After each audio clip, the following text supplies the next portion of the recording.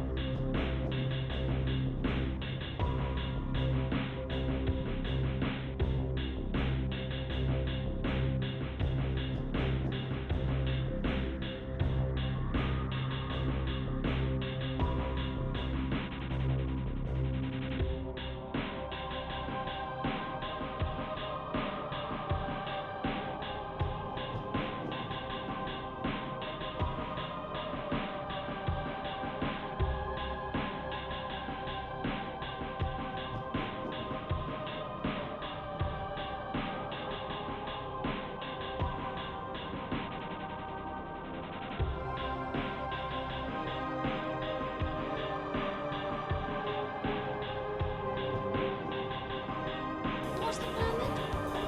We're going to Winchester. The pub.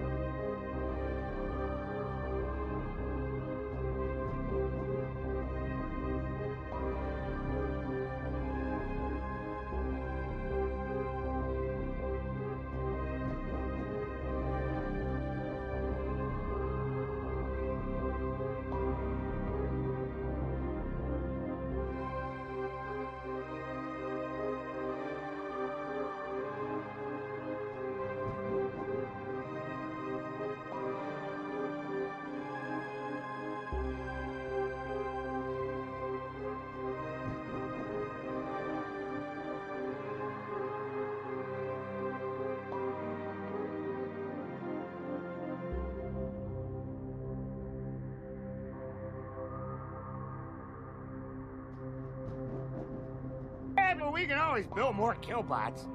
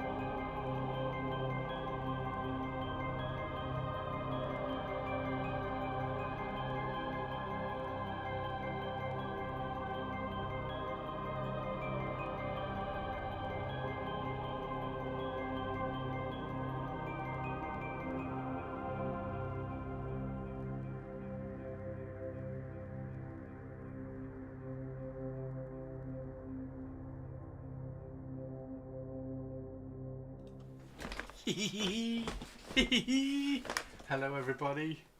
Hello everybody. How is everybody? Hello everybody. We got a whiskey, we got a spiky. A whiskey spiky target purples. How is everybody doing? Are we all okay? I need to put my god hands away. How is everybody doing? He arrives. I arrive. I arrive and everybody celebrates. Everybody celebrates my arrival with a subathon gift session or something. Bork. How are you, Manaringo? Manaringo, how are you? How is everybody doing? You all okay? Oh, you all alright? Right, let's get all these paints out of the way. I wonder what I've been painting. Last night. Interesting. There you go. There's all the paints. All the paints I was using last night. Guesses in Twitch chat. 50 stream streak. Usually Twitch would have killed that by now. No, it lets you get to about 192. And then it's like, nope. As Purpley can attest to. You lost your voice, but you can still type. Oh, you haven't lost your fingers then. That's a shame. So we still have to read Target's nonsense. But at least his wife gets some respite. Ha!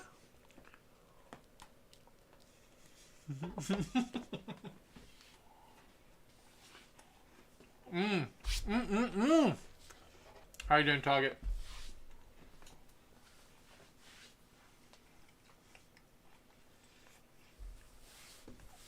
Oh, it's chilly today. Here we go. So I have, as promised yesterday, I have cleaned the skulls off the front of the cloth, and also the back of the cloth as well. There was a skull there as well. That's just dusting. There's also one there, but I can't be bothered to remove that one. That one's fine. So now that just needs a little bit of primer and some paint. Then we can start painting that back in. But she's pretty stellar. I think she's awesome. She needs a lot more contrast after seeing the other Morvenn Vahl that I did, the gold one. Ooh. Royal Mail outside. I wonder what Royal Mail is delivering. Oh, I did. You're gonna like this.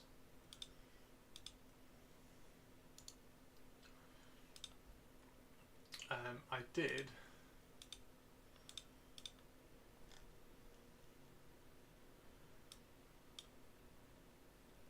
pick up, because I did buy it when it came out. I did grab it when it came out. So I've got a lot of the models. A lot of the models I've used for conversions here and there. So I might have to just like pick up a couple of extras. But I did pick this up when it came out. However, I sold the game. I sold it for quite a lot. I think it went for about £60 for the box with all the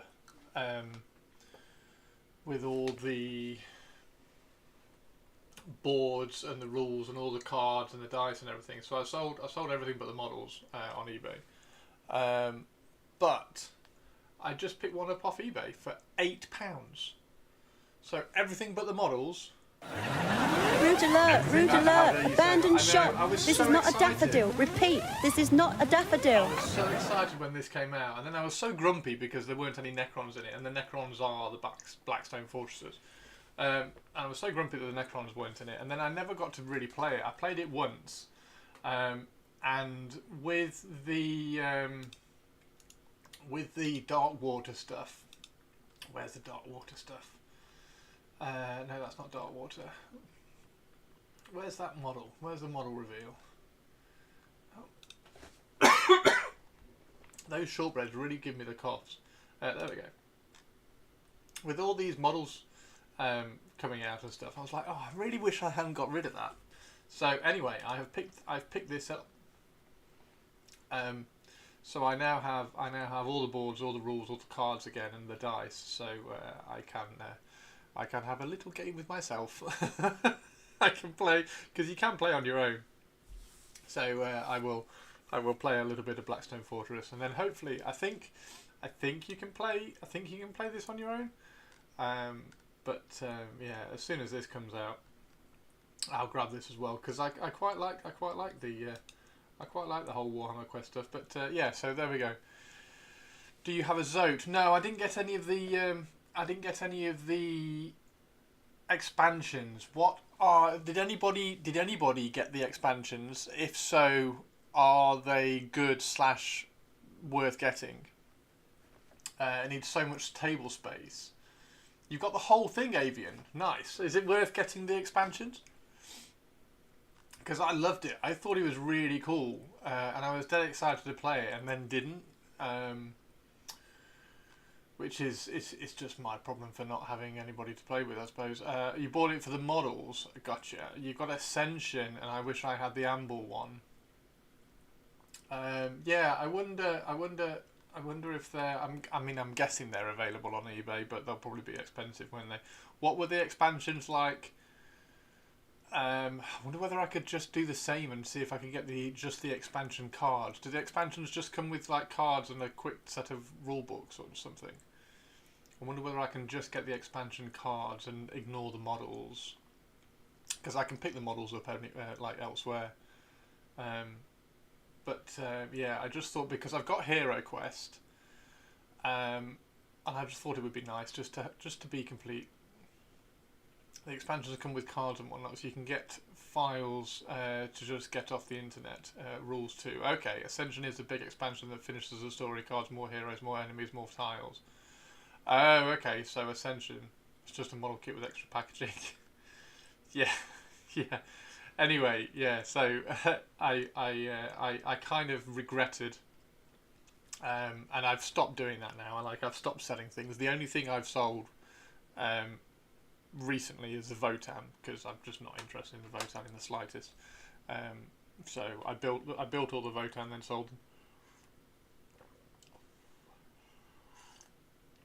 them. I did keep some of the bits because there are some quite nice in scale parts on the Votan. The sensible thing would be to paint and play through the base game. See, is Cursed City? Can you still get Cursed City? Actually, I don't think you can you? Cursed City isn't a thing that you can still get.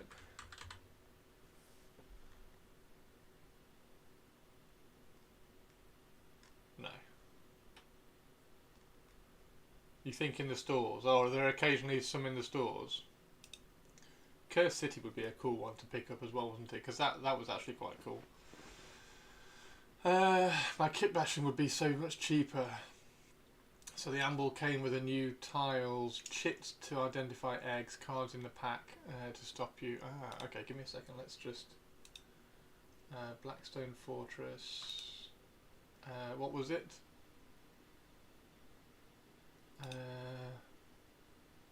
Was it Escalation?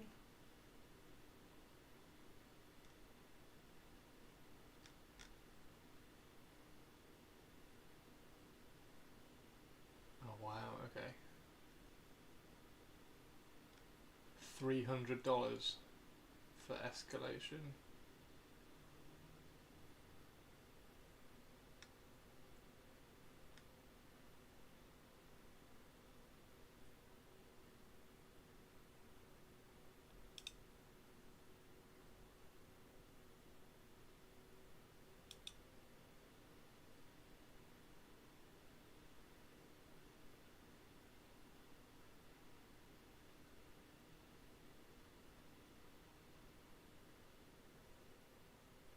It was cool. It was cool. Anyway. Yeah, so that's just something I thought was quite fun. I managed to pick it up because I was like, oh, I was just a bit grumpy. I was like, oh, I really shouldn't have got rid of that. And I was like, oh, I just wonder. Like, I just went on eBay. I was like, £8. I'll have that. Thank you very much. So that's that sorted. Right, shall we paint some more Morvenn Vahl? So we need to paint. We need to prime some of these little bits. Yeah. How are you anyway? How is everybody? How is everybody? There we go. How is everybody doing? And what are you all up to? What was the topic of conversation on the Warhammer thing? We've got the reveal stream tomorrow, haven't we? Oh my god, the hype! Did somebody? Oh, by the way, did you see? Did you see? I think Cursed City has only recently been moved out of print. I was looking at potentially getting another copy, but then it wasn't available. Oh. Yeah, Cursed City was kind of cool. Cursed City was kind of cool. What was I going to do? Oh yes. So if we quickly, where's the? There we go. That one. This one. So I think somebody found. Maybe it's in the video. I'm going to have to turn it off.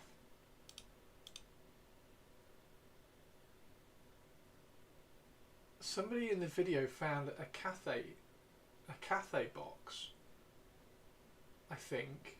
So I'm wondering whether there's likely to be Cathay. That horn bulbul box right there. Oh, the Nurgle, yeah. Yeah, so you got Nurgle here. Where was the Cathay? I'm sure somebody said they found a Cathay.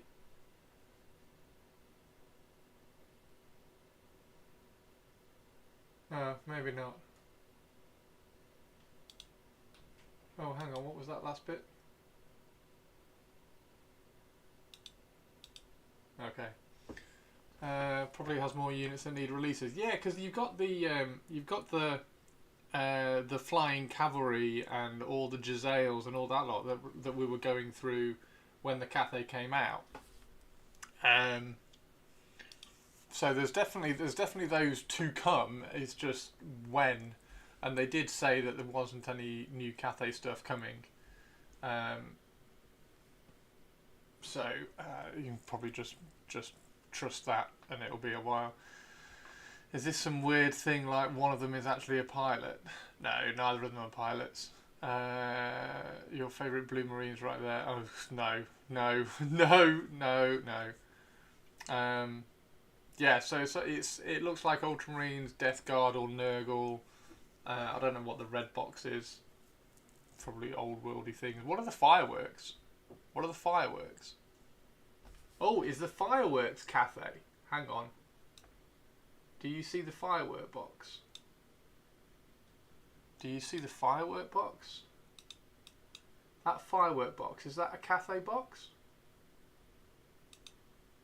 Do you ever get to see that? Oh, hang on, what's that? Is this any reference? Oh, this is...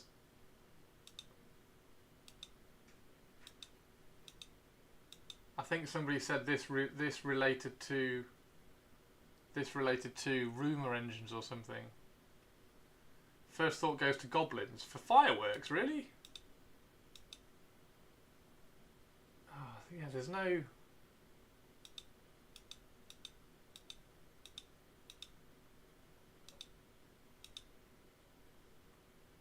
No.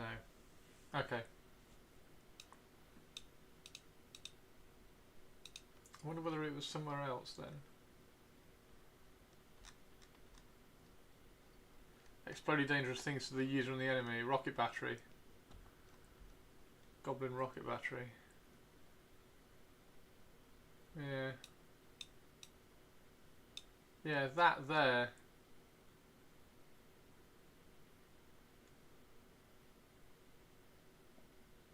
Because the Cathay had that hexagon thing. Hang on, let me go and see if I can find the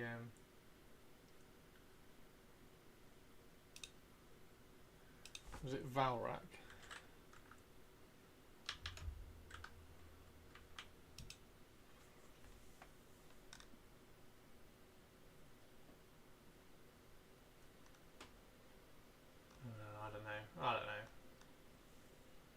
I don't know.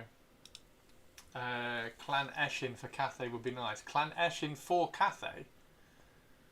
Isn't there a rocket battery in the Cathay line already? Yes. Yeah, Cathay already have a rocket battery. I thought fireworks was the Empire guns. Yeah, see, what are the fireworks? It's a good point, actually. Like, what are the fireworks? Because everything else is referenced. Like, I'm not entirely sure what the barrel is. Maybe the barrel is Imperial Guard. But I don't know what the do Cathay? We need a Hendy. Do Cathay have firework infantry in Total War? I mean, give us more backstory. There's enough history of Skaven and Cathay to be allies in Old World. Oh, really? Cathay does have fireworks. Yes, I know, they've got a firework battery. They've got the rocket battery, haven't they? But is there firework infantry? That's the thing. Because we've already got the rocket battery for Cathay. Like, do they have infantry? Like, I'm just trying to find out. I'm just trying to think what the fireworks in reference to. The only thing I can think of is that it's. But they wouldn't reference that. They wouldn't reference Guy Fawkes.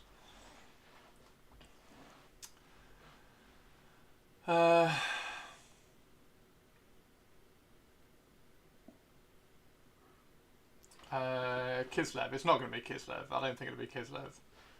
More Cathay units. More Cathay units could be interesting. They did say that there aren't any coming, so that's the only thing. It would be awesome if there were. It would be really, really cool if there were, because I really like the Cathay stuff. So I can guilt him to looking projects on the stream gallery. Have you got a new project going, Avian? Yeah, it would be cool if it was more Cathay. I just don't know why fireworks. Like, are there firework infantry? Hang on, where's the? Hang on, Cathay infantry, total war. Where was that? Where was that? We need Hendy. I don't know where Hendy is. Here we go. Unit roster. Right. So that's Mao Ying, Zhao Ming, you whatever. The Watcher. This is all lords and stuff. Oh look, Christopher finally showing his face. But guess what? No. Fucking music. Alchemists. Astromancer, melee spellcaster. Missile resistance. Right, melee infantry. We've got spearmen, we've got Jade Warriors. We've already got those two. Jade Warriors with halberds we've got. Celestial Dragon Guard we've got, I think. Peasant Archers we haven't. Jade Warrior Crossbows we haven't got. Iron Hail Gunners. Well, we haven't got those, but those don't particularly look like fireworks.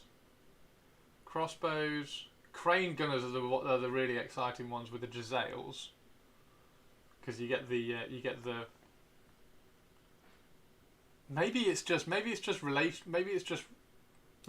referencing Cathay and fireworks and saying, oh yeah, I mean, because we're probably just reading too much into missile infantry. What do you expect other than fireworks? So yeah, maybe it is. Oh, now Grenadiers, Dragon Crossbows, Peasant Horsemen, Jade Lancers, Great Longbow Riders. That's what I want. I want the Great Longbow Riders. We need skirmishers that are Wuxia based. Flying war beasts. So yeah, maybe it's just a reference to Cathay, and it's a green box of fireworks with a Cathay symbol on the front, and then that's a blue box of Ultramarines referencing Ultramarines, etc. That's Imperial Guard. So maybe it's just that. Maybe they're just referencing, and it's not necessarily going to be fireworks on the unit. But I would love it if it was, where are they? Crane Gunners. I'd love it if it was the Crane Gunners, because they look really cool. And of course, the Great Longbow Riders. I want a unit of them badly, like the Bretonnian Pegasus Knights. I would really, really like that, because I've got the character on the Longbow. So if I can have a unit of those, that would be awesome. More fireworks. Purples is on the lurk. Well, if Purples is on the lurk, I better get some music on then, hadn't I? There we go. So that's going to be exciting anyway. And it is movie night tonight, and because Purples always attends movie night, and she doesn't want to watch Bruce Almighty, I'm not going to put Bruce Almighty on. I'm going to pick something else.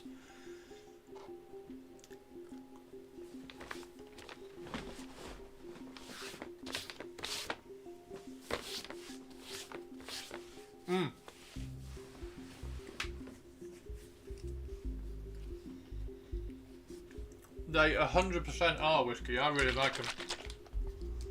I think they look great. So hopefully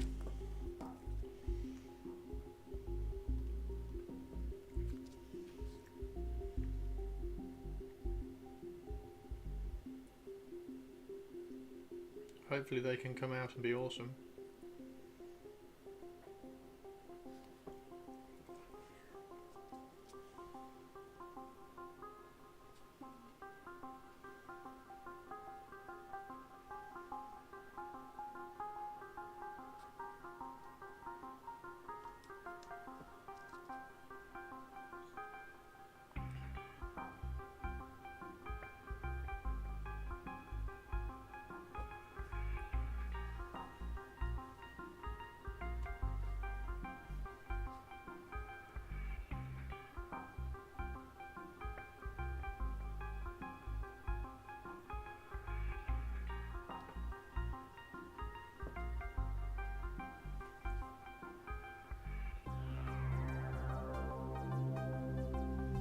Yep. Iron Hail Gunners are super cool too. Yeah, I want the artillery. I think artillery. If they could do artillery and the Longma Rider unit, I think that would be me very excited for Cathay. That would be super cool. That would be super cool.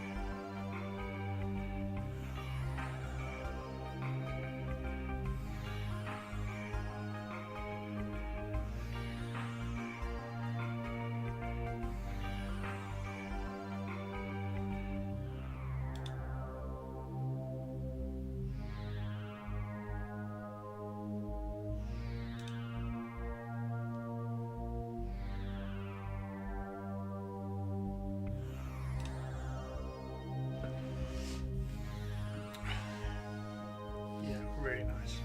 Right, how is everybody today anyway? Are we all okay? We got anything to... oh, we need to go and have a look at Avian's new project, don't we? Avian, I have sorted out... where are we? I have sorted out Avian throne alerts, so you are never going to... you are never going to have to donate to and contribute to a throne gift and it not being shouted out on a stream, so thank you very much. Right, so where is Discord? There is Discord. Right, what are you doing? What are you doing, Avian? Holy shit. That's fucking cool. What's that? Is that Fort World one? I want to see the front of it. Show me the front of it. That's badass. I don't think I've ever seen that model. That's cool as shit, dude. It's a knob biker from Fort World. That's cool as fuck. Yeah, I want to see the front of it. That's badass, dude. So it's Legends. Yeah, I don't give a shit. I don't care. That's awesome.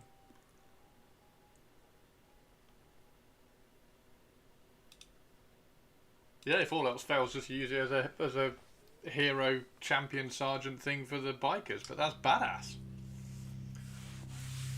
The flag is from the Doom Wheels Grot is a kit bash. That's really cool though. That is really cool. Right, let's remove that. Pop that down there. Open the wet palette. And then hopefully we can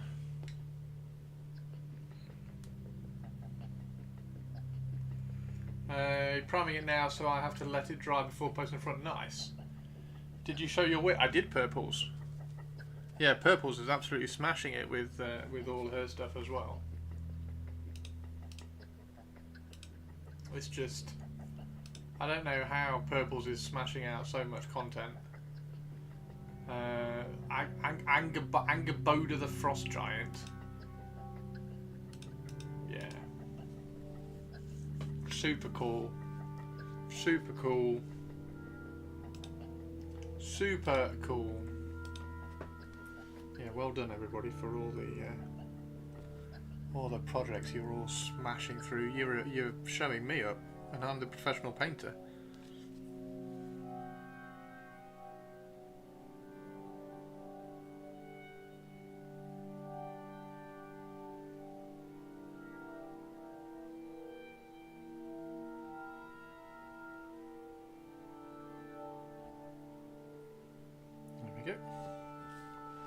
Hey Tom, how you doing? It's Monument Freehand Challenge, so my freehand attempt is going to be on the banner. Fantastic. Her skin is easy, Gulliman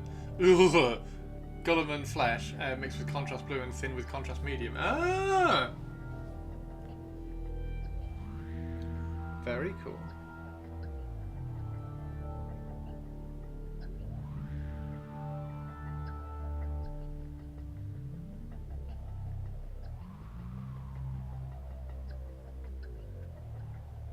There we go. So we remove the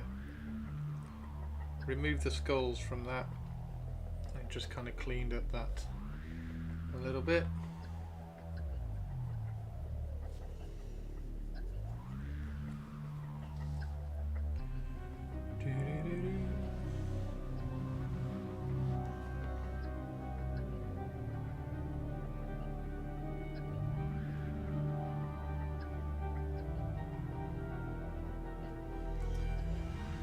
Modify the Eldari Fire Dragons. Games Workshop didn't send me the Fire Dragons, so I haven't done the Fire Dragons yet, but they are going to have the barrels are going to be changed for the Drakari Heat Lancers, and the helmets are just going to be changed for Cabalite helmets. The Cabalite helmets just swap in so easily, and they just change the look so quickly and easily, so it's the same as the Dark Reapers.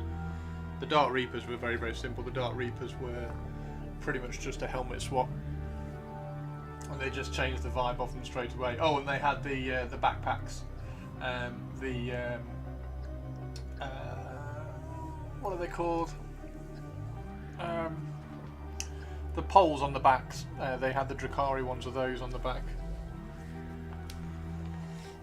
But no, I haven't done the Fire Dragons. I didn't get sent the Fire Dragons.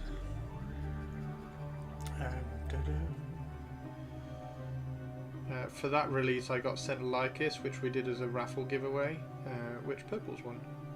So Purples has the Lycus that I painted up for the raffle giveaway.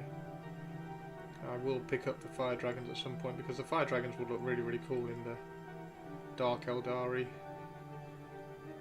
vibe. Same with the Swooping Hawks. The Swooping Hawks are going to be super simple as well, because you just give them, I want to give them the Scourge Batwings, and then that's it. There you go, done. Working on Corrupted Sisters Army. Recently finished a Nurgle Celestine. Oh, nice! I did Khorne Paragon Warsuits a while ago for a commission. The Incubi style ones. Incubi style ones? Oh, the backpack things. You just get loads of them with all the Drakari kits. So, whichever ones. I've just got a massive bits box of Drakari parts. So I just grabbed some from the bits box. You get loads. You get, I think you get 2 in the Cabalite kit. Maybe you get a couple in the Scourge kit. The Japanese biker culture? No, I'm not familiar with any cultures. It sucks. I guess it has to be a historical biker culture. No, I don't. I'm very, very underread on pretty much all cultures. It sucks, and I regret it massively. So I have to read up on all the cultures, which I'm curious about when I'm doing things. Like when I did the Cathay color scheme video. Like I had to read up loads on like ancient Chinese, and then try to break them down as well. All the color schemes. The Real Space Raiders Battle Force box. I mean, definitely. Drakari are awesome. Yeah, Drakari are really cool. It's a project. It's a project I really need to kind of chip away at. Along with the sisters as well, because the sisters are really cool, and I've got loads of sisters.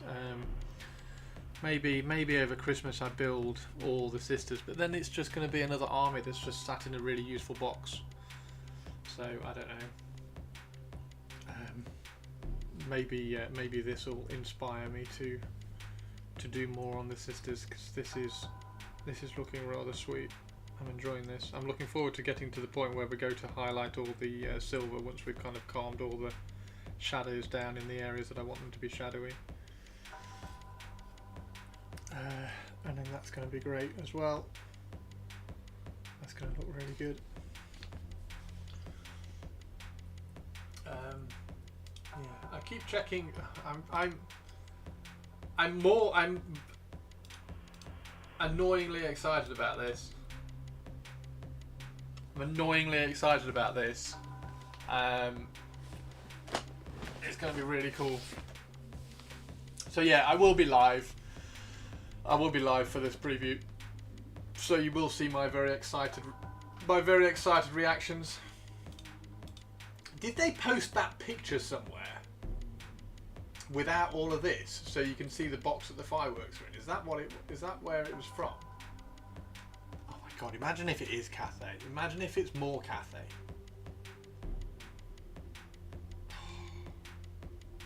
And I really like my Cathay colour scheme as well. Yeah. I'm planning on mixing it up with my Speed War. Now you saw my war trike. The idea is that they saw the white scars and thought white goes faster, and become the War Lightning. Of course, they cannot keep their white clean. That's brilliant. That's brilliant. That's absolutely brilliant. Yeah, really cool. I like that.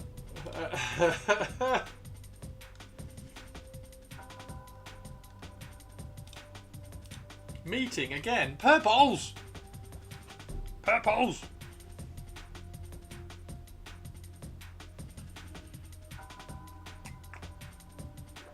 Yeah, that's what I was just saying. That's what I was just saying, Retty. I was like, because we were looking at all the...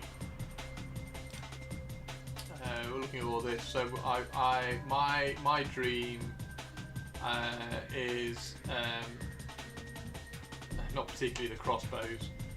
But the missiles, the crane gunners, because the crane gunners are cool, and then I really want the Longma unit,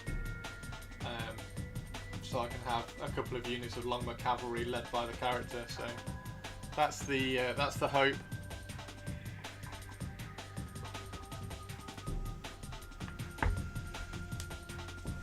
Hopefully Sky Balloons get nerfed at the same time. I hate the word nerfed, but yeah, they could probably have a little bit of a rebalance. So from my limited knowledge, they tend to be a bit reactionary by wearing samurai overcoats. Kind of like American biker, they what? With a stereotype that they wear white and wave big banners, but the current character is a monster, not monstrous cavalry. I don't care. I want the Longbow Rider unit. I don't care. Play. Don't you quote keywords at me. It's a long way of explaining I want to put back banners on the bikes and maybe put a kanji chicken fried rice. Yeah, get all the bikes with cool banners. That's awesome.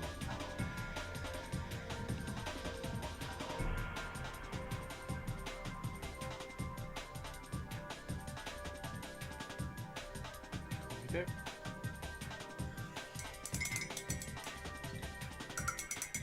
Just means the current one can't join units.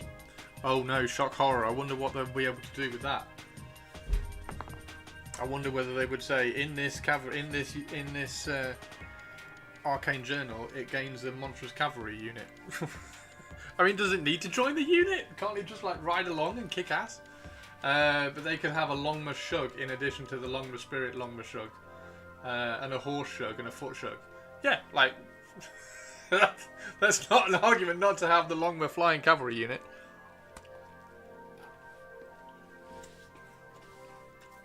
So yeah, anyway, that's what I want. Because I really like the crane gunners. Like, they're gonna get all those units, aren't they, at some point? So it's just when.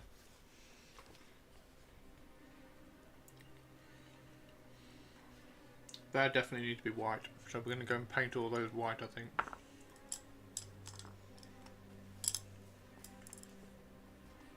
Super exciting.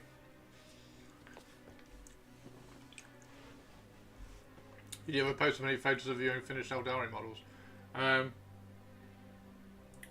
Well, painted? I don't think I've posted painted ones. There's lots of whips, I think. I don't know whether I posted whips. They're probably all over Twitter.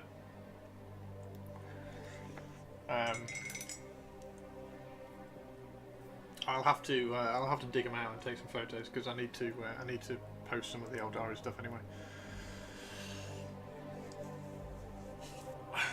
There's like I'm sure I posted whips. I'm sure I posted like the builds, or maybe I didn't.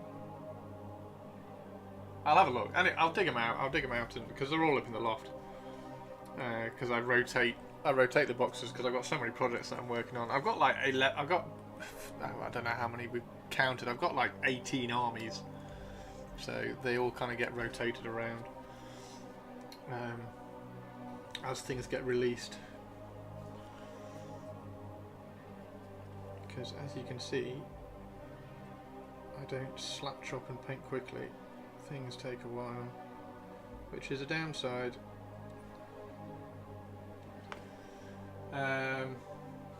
Chris is a classic ADHD painter, which is why we love him. I just get excited about too many things.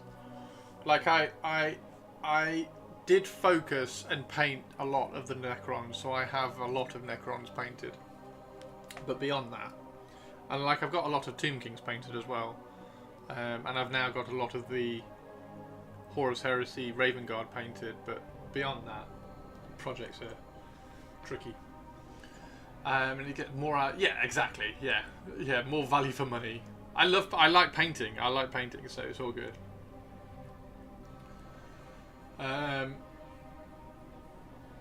Too old about focusing on one project at a time. No, I don't use Twitter very much. It's just that when I was working them, at the time I was working on them, I was posting on Twitter a lot. But yeah, I'll dig them out. I shall dig them out at some point. Right, let's get. I need to move those sprues out of the way. Move that build thing out of the way. Move those sprues out of the way. Can't wait to show you what those sprues are. That's gonna be exciting. That's gonna be exciting. And I need to do, if anybody does follow my Pantheon YouTube channel, I've got to do a couple of videos for Pantheon, so there'll be a few Pantheon videos coming out over the next few days. What project are you working on at the moment, Manaringo?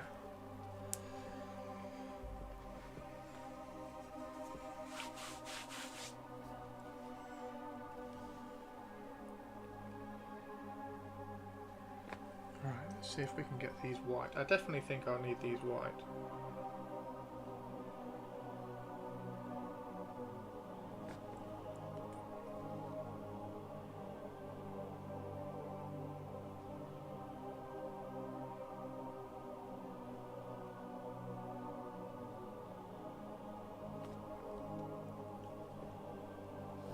You're enjoying Middle-earth? That's good. I'll get back into Middle-earth at some point.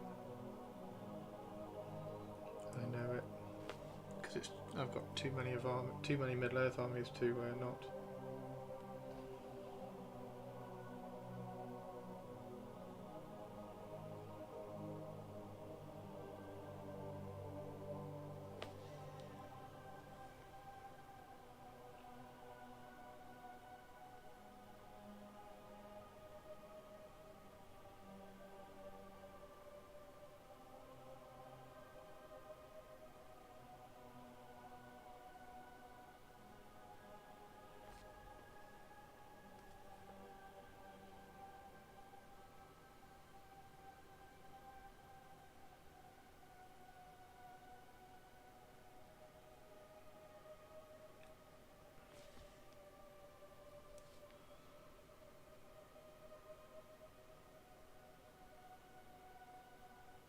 Oh, I need to post tonight's movie as well. I will post tonight's movie up in movie night chat.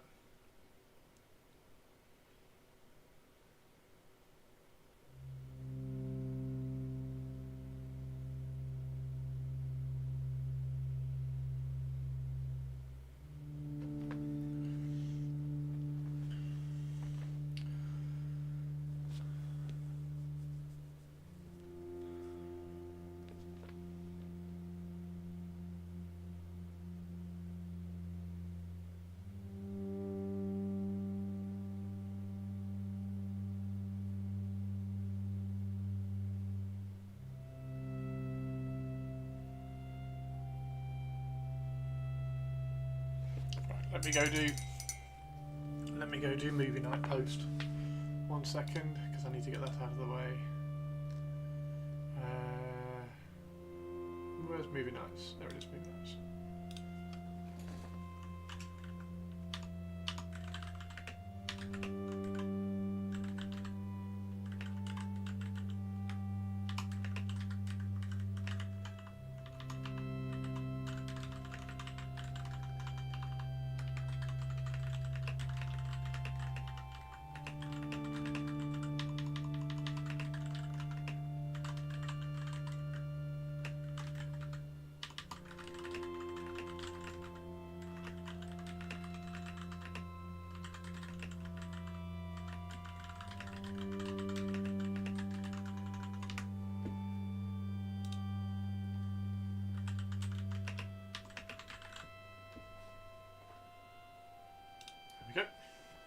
Speaking of posts, I keep forgetting your sold. Oh, thank you very much.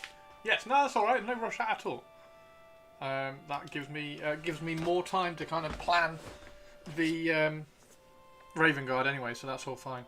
And also, hopefully, this weekend, with the reveal show, we'll get some more news about models I can use for my Raven Guard as well. Hint, hint, nudge, nudge. Mark 5 or Mark 4.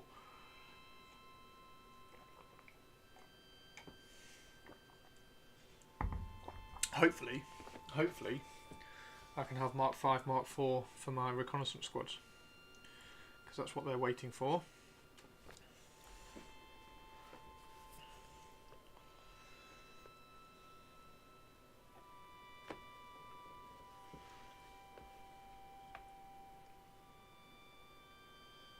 Are you excited for the new job? Was the stream okay last night, Mannering, or were there problems? I saw you said there were something happened.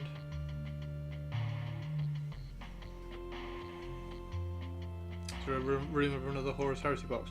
Well, there's a Horus Heresy reveal tomorrow, so they're going to be revealing something for the Horus Heresy tomorrow, and whether that be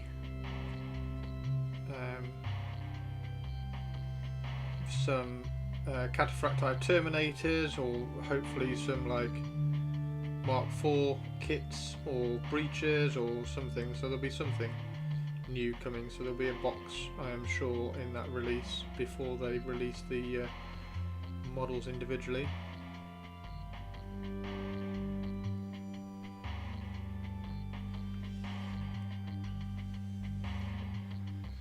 Be nice to have more Sisters of Silence. Oh yeah. Yeah. That would be cool. I'm sure they'll come at some point.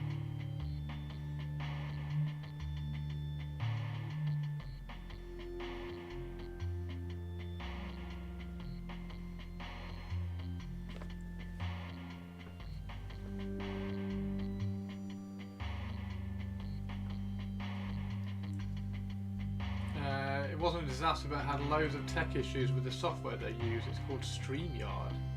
Trying to keep head up and roll with it, but not it knocked me back.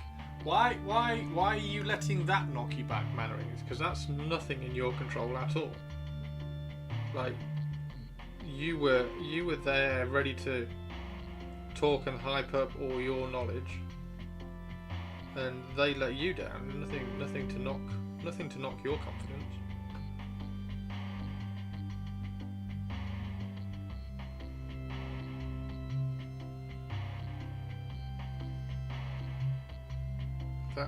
That's something completely out of your control, and never ever let things that are out of your control affect your confidence or view or approach.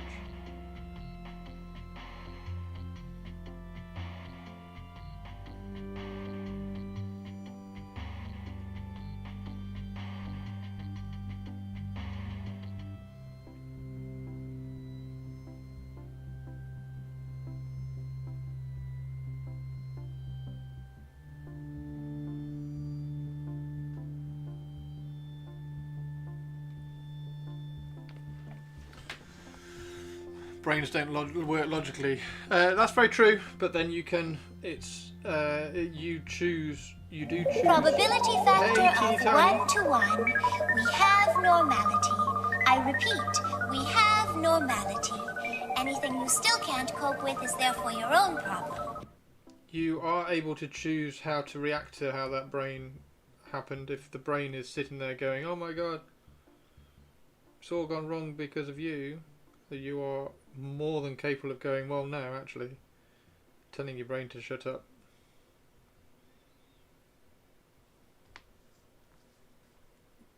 Because that wasn't anything in relation to you. Like, you can make, your brain can very, very quickly make connections to the negative with something like that that's happened, but you are more than able to choose to refocus that brain action onto something else. But yes, I do completely. I'm in that crossover point at the moment. Fantastic. Giving him plenty of cuddles. Brains are annoying sometimes. They are. And that's also why they're fantastic, because they give you all the possibilities all at once. Like, the brain just goes, oh, like, all these possibilities could come. Or they could affect, or like in a week's time, all these possibilities could be happening, and then you are in complete control to be able to pick through them and go, well, that's not going to happen. This isn't going to happen. That's not going to happen. I'm going to make this one happen because that's my choice. My choice is I'm going to do this. None of that stuff over there that my brain's just come up with is in any way in my control, and in any way my fault or reason. So I'm going to control on what I can control and my controllables, and I'm going to be amazing at doing this bit. So yeah, I completely understand. I'm just hyping you up as well, because I can't come and give you cuddles like teeny tiny.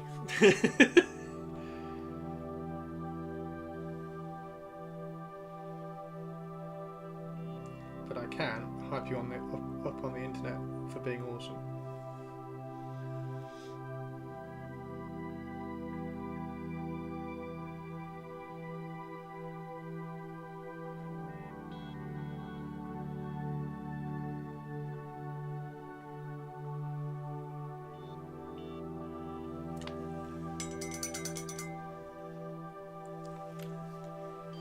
There we go.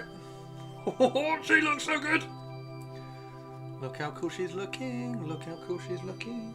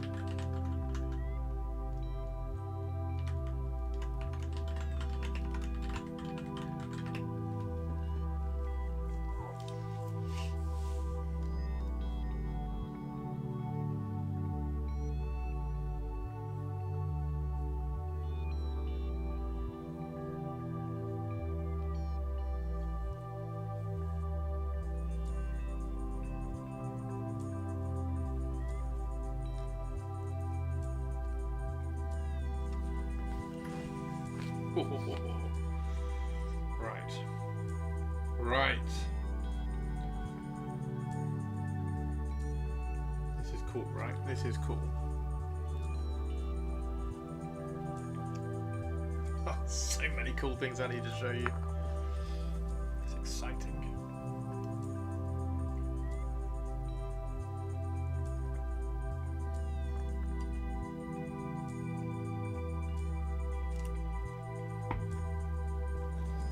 It's exciting. What did you shade the metal armor with, by the way? I can't remember what I shaded the blue. It was a blue. It might have been the blue shade. So, Drakenhof Nightshade. Drakenhof Nightshade. It might have been Drakenhof Nightshade, or it might have been one of the blue contrasts. That looks along purple. It wasn't that. There's a blue one. Was it that one? I don't think it was that one. No, it wasn't Talisar. I don't know what I shaded it with. But then after that, I've then been shading it with just matte black paint. So really thin down matte black paint, so we can get these shadows. Like this bit here is now like really in shadow. And then we're going to pick out top highlights and things. So we're going to paint, the way I paint true metallics is very close to painting non-metallics. So you have hot spots and you have the contrast, and you really try and control the shine. Draken and Druchii. Yeah, I remember this not being a go-to at all. I remember this being something different because I wanted a different tone. Because I wanted a really cold blue. Almost turquoise. I can't remember what it is at all. Cannot remember what it is. I've got a hole in the arm as well there. There's a hole there. That's weird. That must be covered up when it goes up into the arm, and I haven't filled it in. That's weird.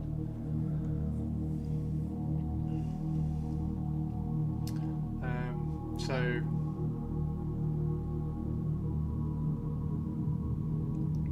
phthalo green shade. Yeah, the good old phthalo. Have I got phthalo? I've got some golden.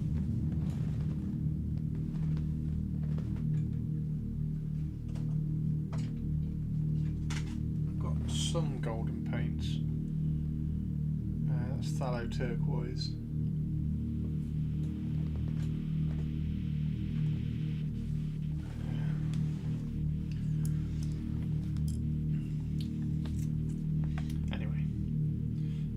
Yeah, it's just a it's very much in like just the shadow, like the not even the shadows, like the mid-tones, because it's going to get kind of painted up and over and covered.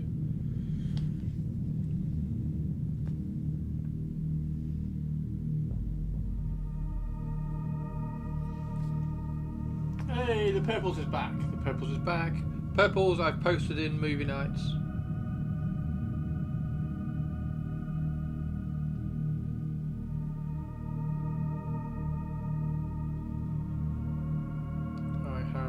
Changed movie night, or changed the movie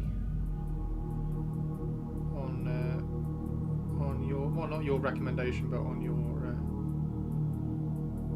views. And I'm really excited actually because I haven't seen Bullet Train.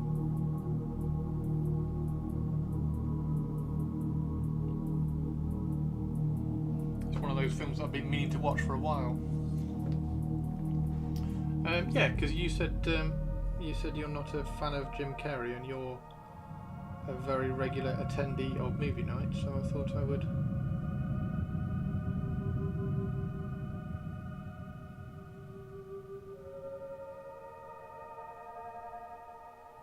offer a change of movie. You changed your mind, it seems. Yes, I have changed my mind. I'm allowed to change my mind, aren't I? That's allowed. That's an allowed thing.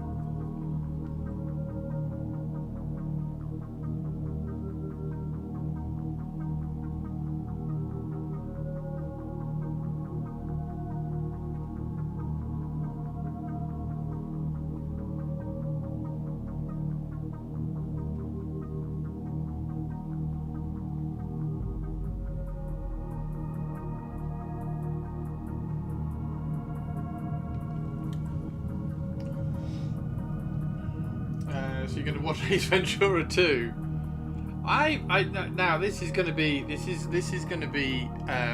this could be controversial. This is my hot take. I don't think the Ace Ventura films hold up.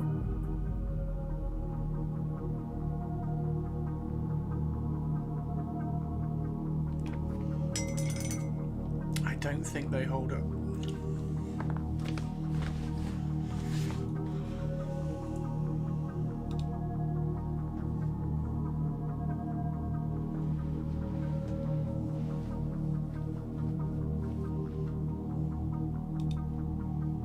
I watched the first one a while ago. I watched the first one a few years ago, and it's still got it's turned into a film when you re-watch it, where you are just waiting for the next of the favourite gags that you remember, like driving with his head out of the car with the glasses on. Or doing the delivery dance with the smashed up box and things like that. Like it's just a chore to get from one gag that you remember liking to the next gag, if that makes sense. It's peak 90s comedy. It is peak 90s comedy and peak 90s script. However, speaking of Jim Carrey, I do want to watch 21 again, because I fucking love 21. 21 was brilliant, and I need to rewatch that. That was when Jim Carrey tried to do a Robin Williams.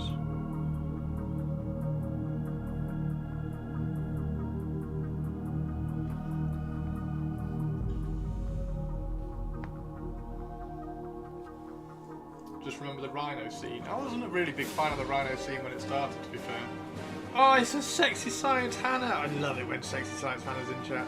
Sexy Science Hannah, how the devil are you, you sexy scientist? You amazing sexy scientist. We are painting the shit out of Morvenn Vahl. Hannah, how was your flew all the way down from California dinner trip? Yes, Hannah, give us news. We need HNN breaking news. The Hannah News Network demands. HNN breaking news. Hannah had dinner yesterday. HNN breaking news. The Hannah News Network is about to get an exclusive. I wonder if British people look at Americans who say y'all the way Americans look at British people who say note and other Midlands weird sayings. It's when you go up a little bit further north and you smash about 4 words together into like just a consonant. Hey, help me duck. Yeah. Jim Carrey's never been, is not, and will never be anywhere closer than. No, I didn't say he was. I didn't say he was, and didn't even suggest that.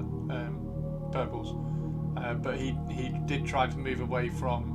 Towards the end, later parts of his career, he tried to move away from the comedy and do some more serious things, like Robin Williams did. Just confirmed. Okay. It was all good stuff, but we also closed down the restaurant drinking until midnight. So I'm very hungover. So you're wrecked. Oh my god, it was all good stuff. H&N breaking news. Hannah has got a massive hangover. Oh dear, we are laughing in sympathy, Hannah. Let's point out that we are laughing in sympathy. I'm glad it was all good things. HNN breaking news. Hannah has a massive hangover. She's totally wrecked. Oh dear, are you able to talk about the good things? Was it exciting things? Is it cool things? Basically, oh here we go, H&N breaking news. Expand and take over control of the engineering department and do bigger things. They want to implement things in the company the way my team has been doing things for the last few years. So basically, H&M breaking news. Sexy Science Hannah has been sciencing so sexy that the CEO has said that's how we want our scientists to work, and they're going to make that, but they're making Sexy Science Hannah's department bigger, and she's going to control the whole company. H&M breaking news. Hannah doesn't handle hangovers very well. Oh dear. H&M breaking news. Sexy Science Hannah has additional funding coming in. We aren't scientists, but we do have a lot of data scientists. Sexy data scientists. HNN breaking news. Hannah is doing so much sexy science that they want her team to be the top sexy science engineering in the whole entire galaxy. Also, Hannah doesn't handle hangover all so well. H&M breaking news. Hannah, I'm super happy and excited for you.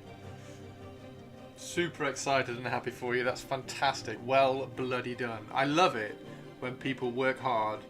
Well, not even work hard. Work in the right way, do things the right way, and then get rewarded for it. So, rewarded by being seen in the company and things. So, yeah, congratulations. Really well done.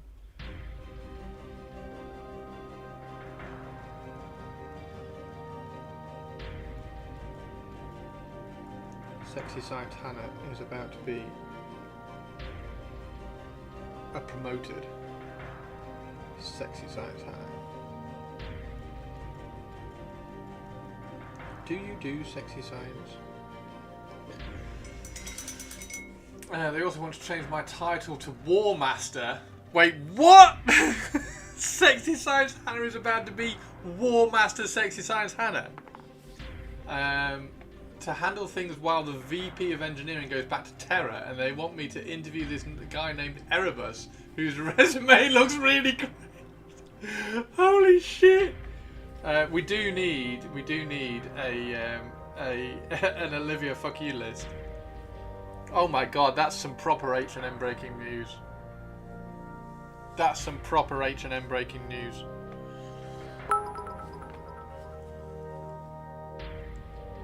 HNN breaking news. Sexy Science Hannah is the next Horus heresy. Also fuck Erebus. Sexy Science Hannah is the next Horus heresy. For some reason they've renamed Hannah's off. I want all the best H&M breaking news ideas in chat right now. That's brilliant. Target started it all off. For some reason they've renamed Hannah's office building to Vengeful Spirit. That's brilliant. Go. Throw them all in chat now.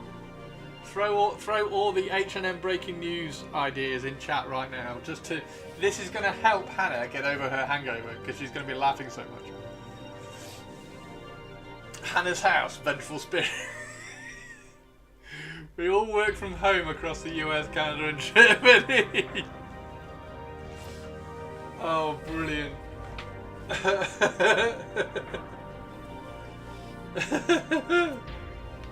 I'm sure Olivia will read out the best ones in HNN breaking news style. That's fantastic. That's fantastic.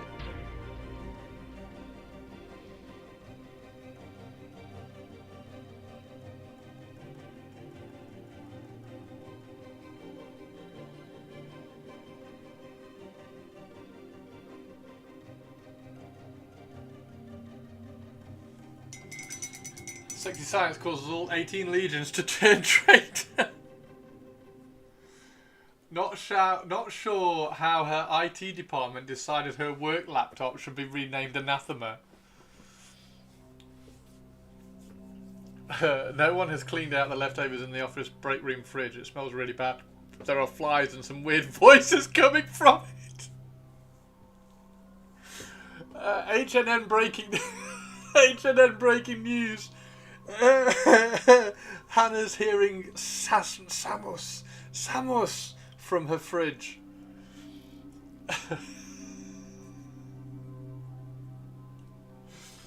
Oh dear.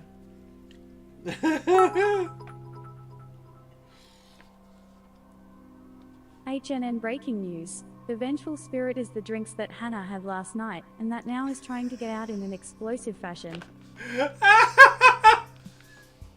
That's brilliant. Sandwich. Yes. Oh, that's a really good pun. Not Samus, sandwich. Samus being the... Was Samus the Nurgle possessed dude, or was he Khorne in the end? I can't remember. I thought he was Nurgle. But then I also... I thought he was Nurgle in the first time he appeared. Because wasn't he all, postulated and stuff? Postuled. But then, I think somebody said later he was Khorne. Samus is the Dark King. Samus is the unfolded laundry. Samus is the recycling. Okay, that's brilliant.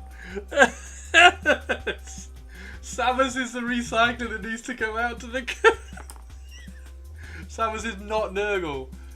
No, Chris, the problem is we keep getting bot calls in the phone. Off his phone saying Samus. That's the only name you hear. This is brilliant. Samus is all around you. Samus is the man. So is Samus everything? Is Samus like chaos? Because I didn't get further in the story to find out what Samus was, and somebody explained it. Last night the server kept suggesting we have another bourbon.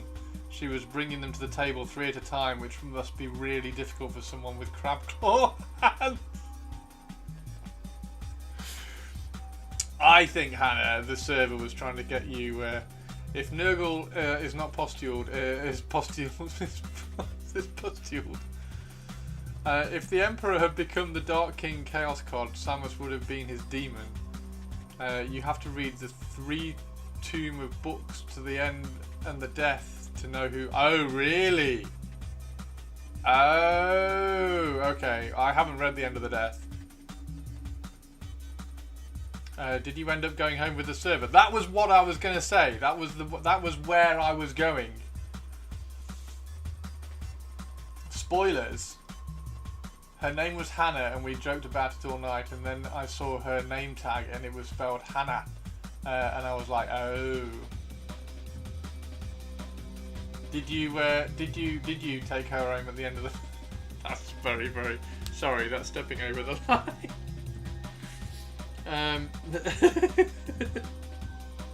No, I went home alone to my cats. Puscats. Hannah's Puscats.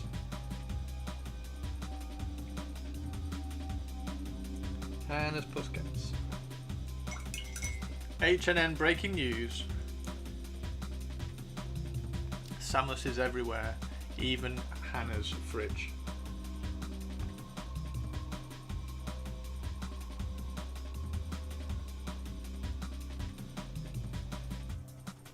Is it a good spoiler on who Samus is, Avian? Is it like a oh my god? No time for girls, too many minutes to paint. No comment. Just DM me the answer. The Imperial Fists have never shattered my heart into a billion tiny pieces. Hannah has 4 cats, Abaddon, Little Simon, Tarek and Loken. You refuse to give hints, but I'm never going to read it, so I need to know. I need to be educated, read the books. I'm not going to read the books. I'm never going to get round to reading all the Horus Heresy books. Hannah has 4 cats, Abaddon, Little Hannah Aximan. I love Little Hannah Aximan, that was brilliant. H&N breaking news. Hannah's 4 cats are called. You must suffer as we did. Fine, okay.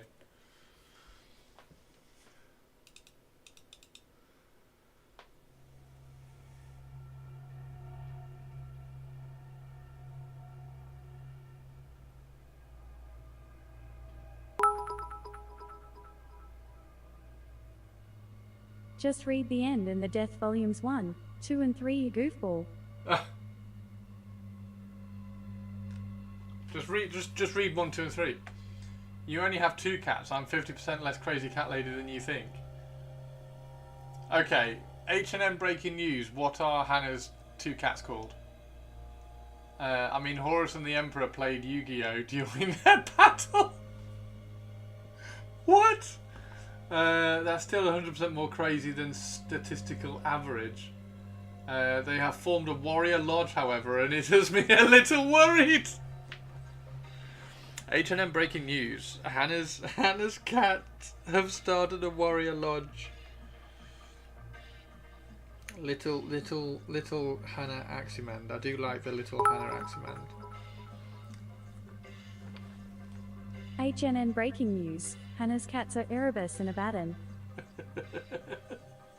Oh, Olivia says Abaddon. There we go. It's official. Olivia says Abaddon. Damn it, you got there first. We know who the cats are, but I can't say. It's pronounced Abaddon. I say Abaddon. They meet behind the litter box every Tuesday night at 7. When I walk by, they stop talking and just stare at me weird. Abaddon is Abaddon. Fantastic.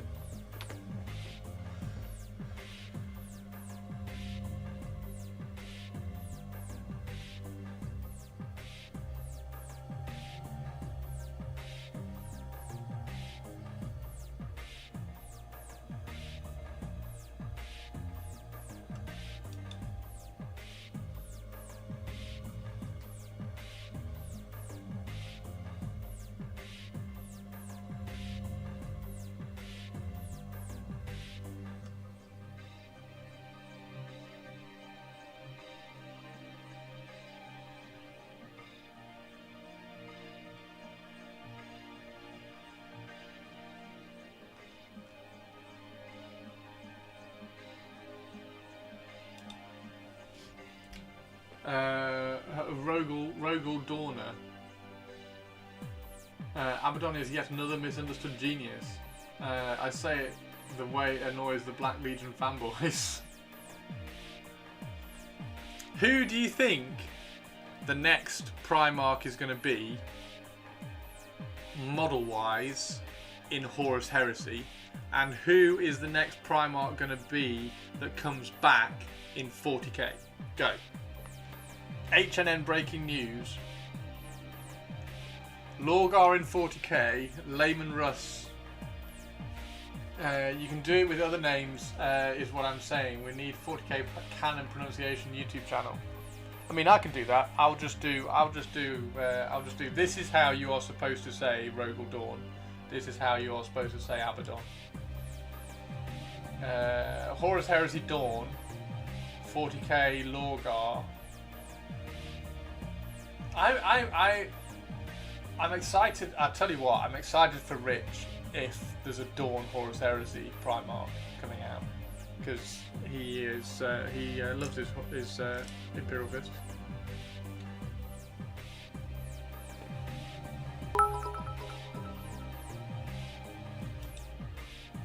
Abaddon. Real man of genius. Real man of genius.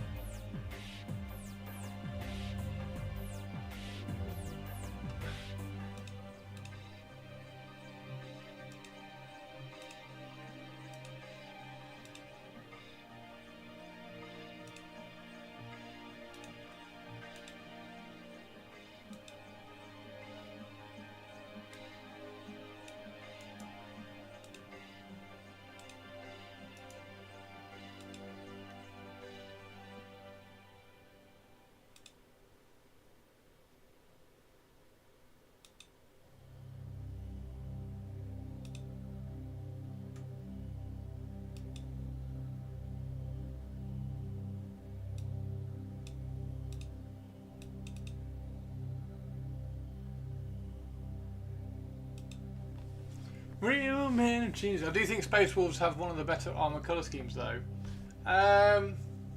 Yeah, I think Space Wolves do. I think Raven Guard are tricky to do well. I do think that. I do like my Horus Heresy, the way I'm doing the Horus Heresy Raven Guard. The 40k ones, I'm struggling a little bit. I do need to do them better. I'm trying to do the 40k ones with the airbrush and the Horus Heresy ones with the brush. So that's quite interesting.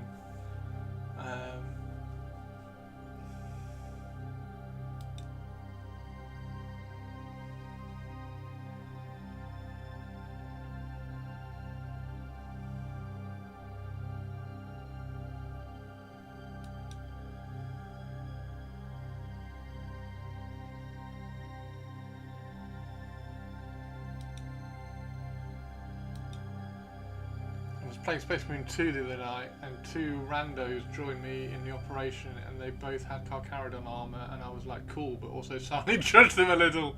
Also, a lot of 2.0 Horus Heresy Primarch models would be late Heresy as well.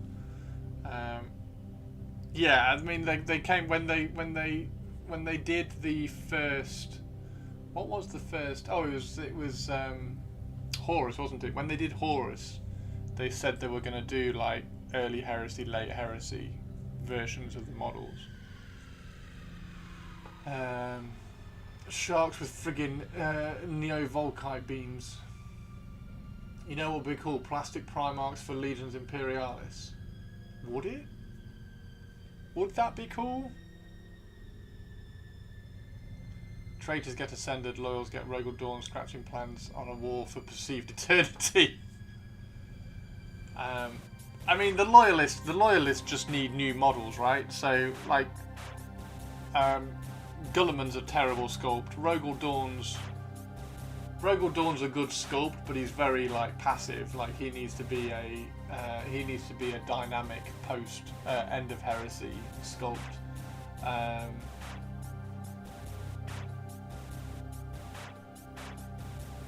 Corvus Corax just needs a new sculpt because it's really old. It's an old one, so that would be really cool to get a new one of that, etc, etc. Now we bounce back to the beginning.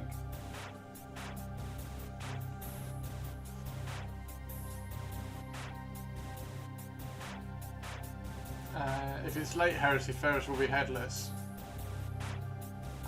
Well, yeah, I mean, I don't know whether Ferris needs a new... Ferris is kind of an okay model. Are sharks more silly than our armor's yellow because of the construction site reference? Imperial Fists! Least ugly Horus Heresy Primarch face. Least ugly is a Salamander one. What's the Salamander Primarch? He's the best Horus Heresy Primarch face. Unrelated, did you see Christian von Carmian went 5-0 to tournament with Army of Faith? No, I didn't. That's really cool. The Lion has a good face. The Lion has a helmet.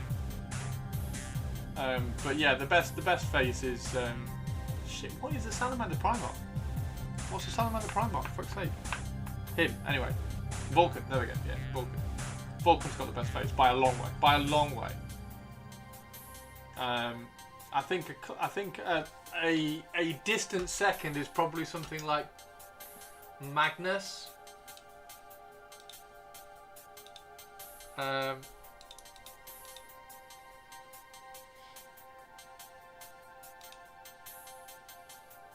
fuck's sake. No, I don't want all of them. I just want...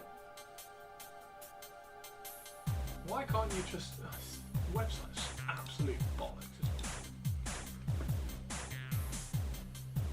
it? I mean, Horus is a new one, so that he doesn't really count.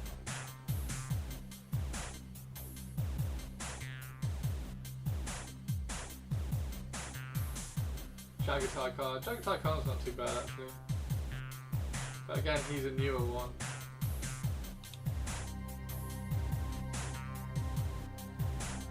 I really want that one. Rogal Dawn, again he's got a squash face. Magnus is okay, but it's a helmeted head, so it cheats a little bit. That's not great. That's terrible. That's terrible.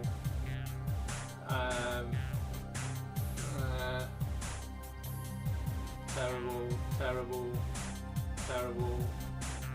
He's really good face.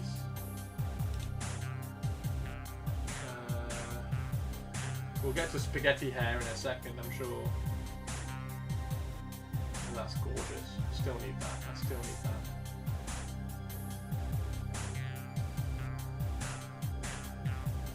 That's a helmeted one. Terrible. That's spaghetti noodle hair. And Fairies is helmeted, so that kind of cheats. That's a squashed head again. That's shocking. That's so thin. Like his head is like this. It's like his head's been put in a vice and he's got noodle hair. That's a shocking head. And that's a really, really bad head. That's okay. Ferris Manus is alright. That's such a gorgeous model. That's it.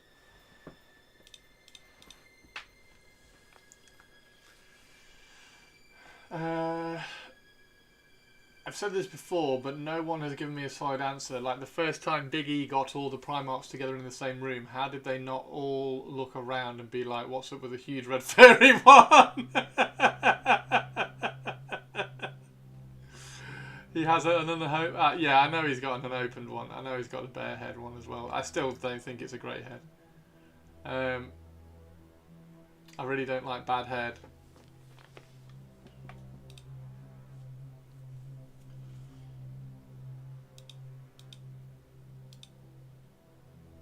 See, that's still not a great head. Still not great. It's alright, but it's not great.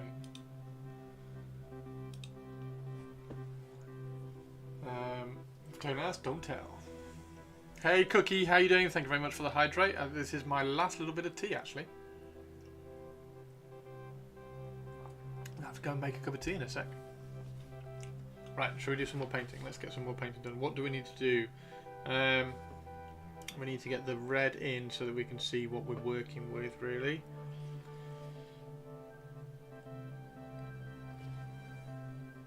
How are you doing, Cookie?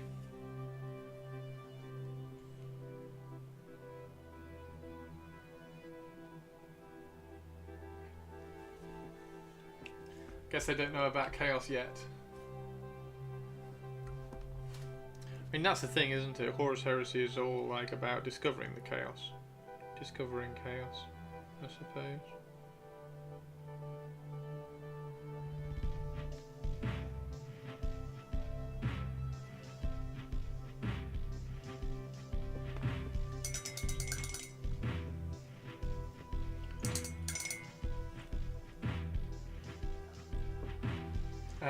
We have a special contraption in France for people who sculpt bad heads. It's called a guillotine.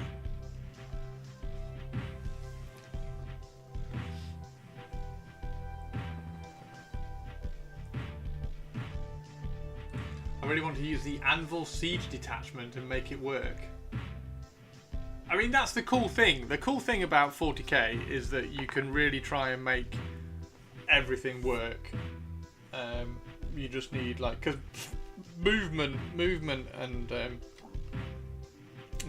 resource management is so big in 40k now that you can kind of make everything work, which is why it annoys me when somebody comes out and says, oh, they've completely nerfed my favourite detachment.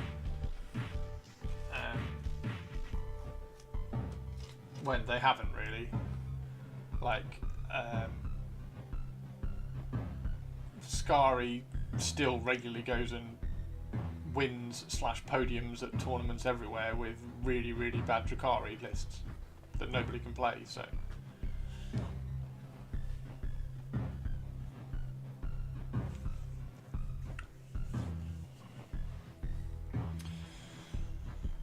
Right, so that needs to be about. Does the spear shaft need to be a bone colour? I think it probably does, right? In those instances, 10 times out of 8, the detachment was their favourite because it was stronger than the others. Yes, and the detachment was their favourite because they could click and win. Like, they could just point it, roll dice and win. Like, they didn't understand why they were winning, and they didn't understand the movement that they needed to make them win even more, kind of thing. I hate that. Like, I talk about it a lot, but I took Necrons to a tournament and went undefeated in the middle of the Space Marine domination after they got their ridiculous codex in the middle of 8th edition, at the end of 8th edition, and nobody could understand it. I have more fun trying to figure out how to make something work. Yes, that's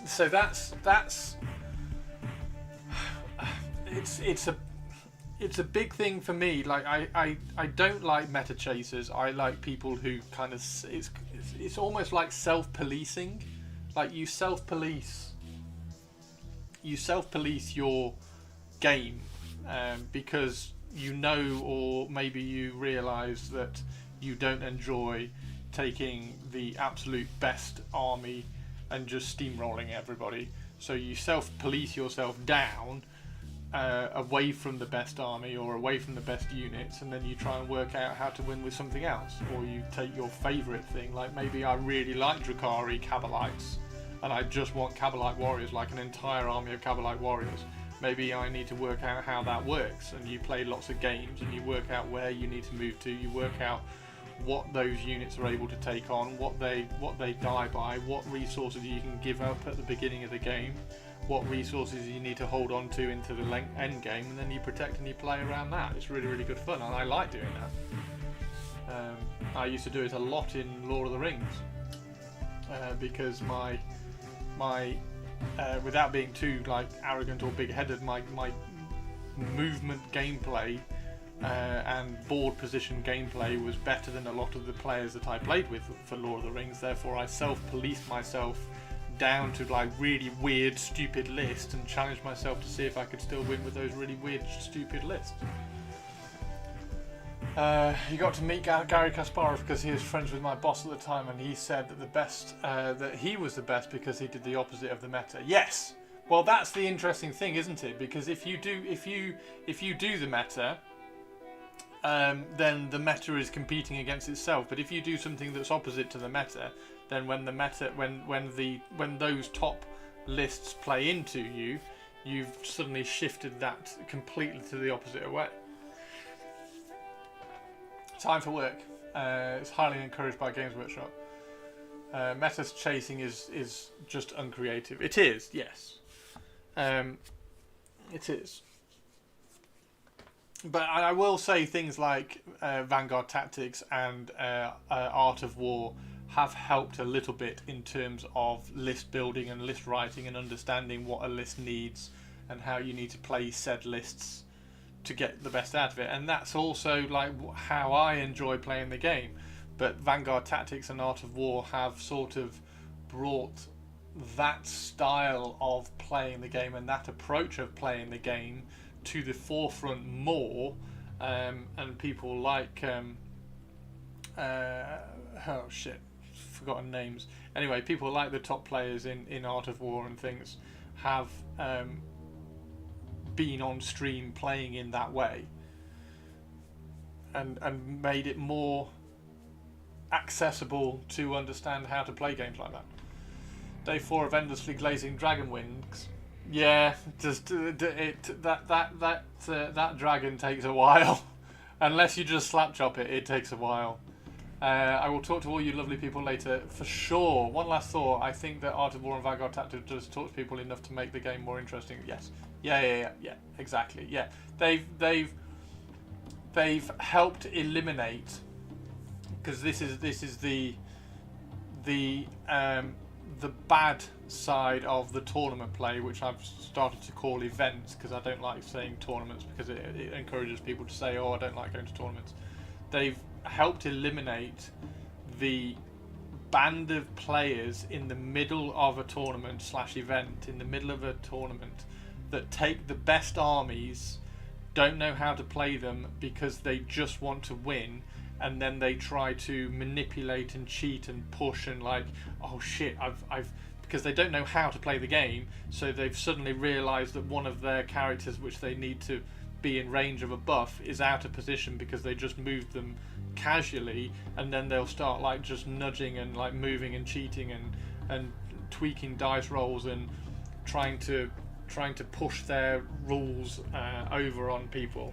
They've limited those people who are in the middle of the tournament. They've crushed those down. They've educated them. They've helped them play better and maybe realise a better way to play the game. So those people that you see and you play into at tournaments have got less and less and less and less and less.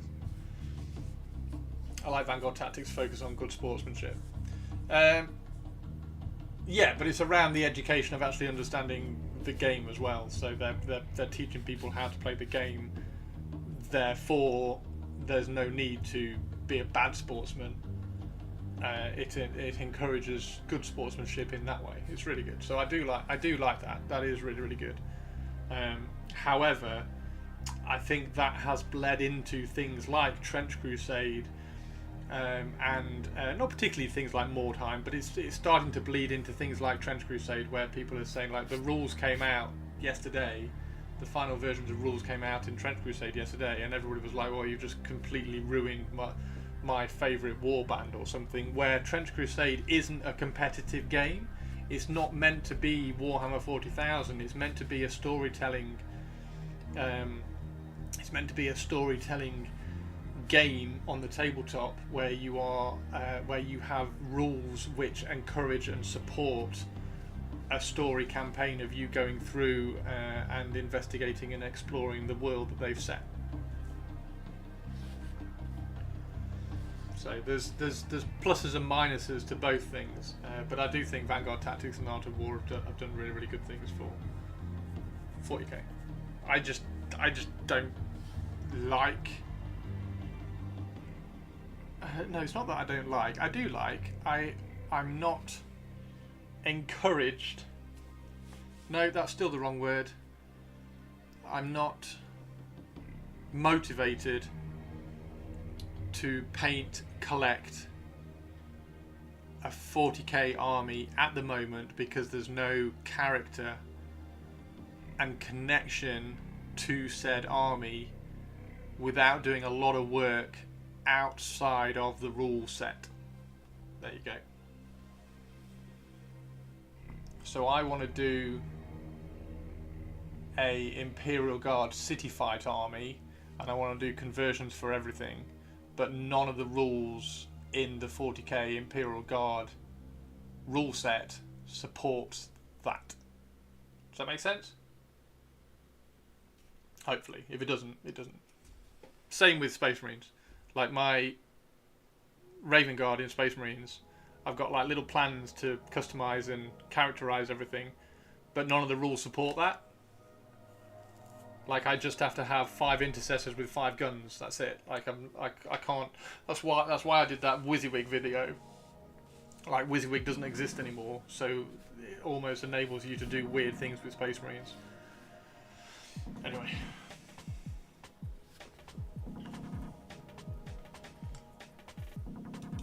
Hopefully that made sense.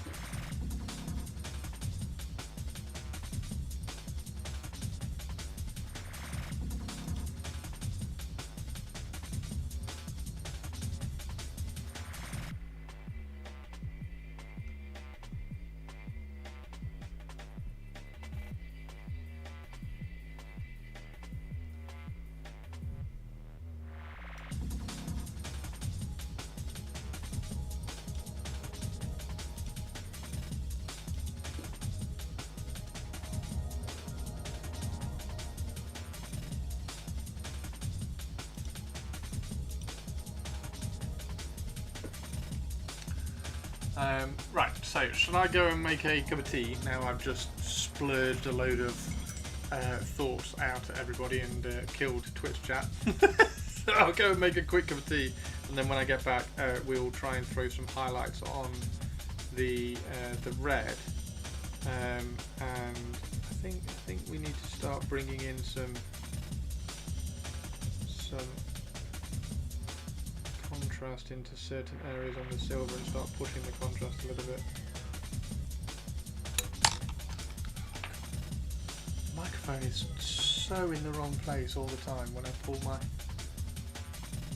brush out of the water, I keep catching it.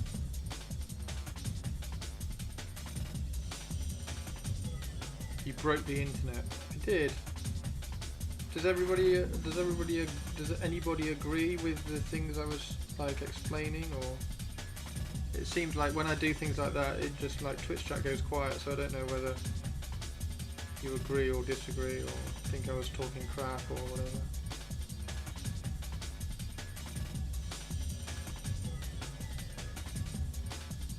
It's my perspective anyway. Right, I'm gonna go make a cup of tea. And I will be right back. I think she's looking good. I'm excited to do. Her skirt. I think that's going to look really, really cool. Right, we're back in a second.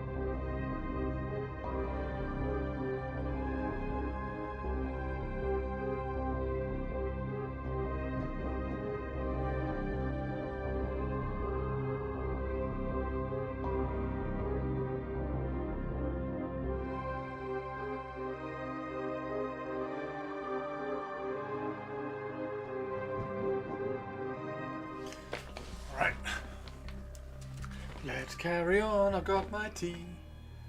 I've got my tea. I've got my tea. I do think at some point over the next few months I need to do that Imperial Guard SAS special forces special unit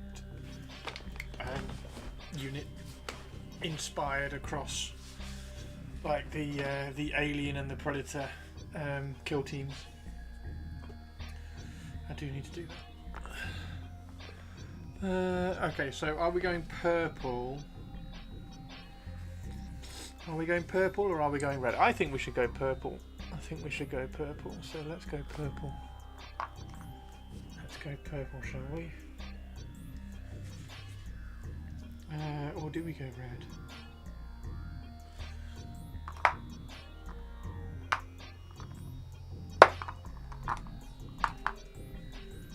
Looks of purple. What do you think on the colour? Do the SAS Ascalts? No. No, I really want to do. I really want to do the Imperial Guard ones because I'll tell you why. There's the Gene Stealer Cult sprue. Was it in Kill Team? It was either in Kill Team or in Necromunda. There was a Gene Stealer Cult sprue that came out that had things like sniper rifles and loads of custom gear. For the neophytes, and I wanted to use those custom gear things on Imperial Guard and just put Imperial Guard heads on them and then push it and then do like a Gaunt Ghosts, because I do like the Gaunt Ghost, like I do a homebrew Gaunt Ghost unit. Yeah, that's kind of what I wanted to do. I can't remember whether it was Kill Team or Necromunda. But it was a really good sprue that had loads of cool custom, not really custom, but had loads of special different weapons in there that kit bashed really easily into the Imperial Guard sprue. And I just wanted to make a special forces homebrew Gaunt Ghosts unit. I really want to get the Imperial Guard out. Because if I can get the Imperial Guard out, because I want to do like a really airbrushy, quick airbrush and oil paints, almost like a Cult of Paint colour scheme to get the colours down and done, like because it's the City Fight blue camo, the urban blue camo that I'm doing. You think you've got that one somewhere? Yeah. Blue Brothers, forget about them, are still available. Is it a Kill Team? Anyway, I got sent the box, and I can't remember there was something else in the box that I built, and I didn't get round to doing the Gene Stealer Cult from that, and I saw the sprue like months and months ago. I was like, oh, that's really cool. Actually, I should do an Imperial Guard Special Forces unit. It's not Special Forces. What do you call it? Like Special Ops? Like one of the Predator alien units that just gets sent out to like the 18.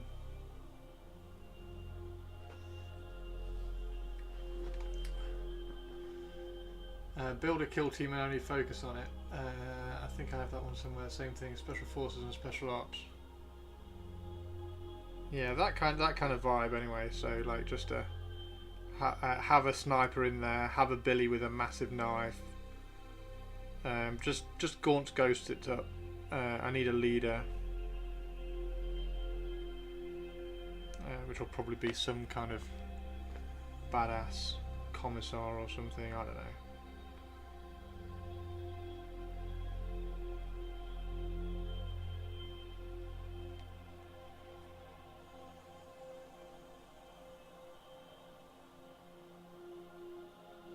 Of got so much infantry for the Imperial Guard though. I've got like 70 infantry for the Imperial Guard. I just want to take 10 of them and turn them into special forces. Literally my point. Nice! In Aliens, they're Space Marines. I know, yeah. I just realised I ordered the Death Corps Creed box when I ordered my second Executioner tank. Oh, that's the other thing as well. I need to do another Chimera Russ. I might have to grab a Chimera from somewhere because I want to record that. Make them space Gurkhas. You were a sniper, dude. That's super cool, Sinister. That's super cool.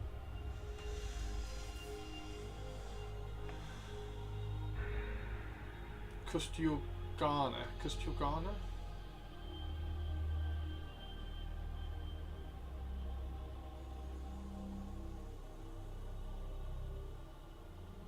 Kustyugana. Kustyugana.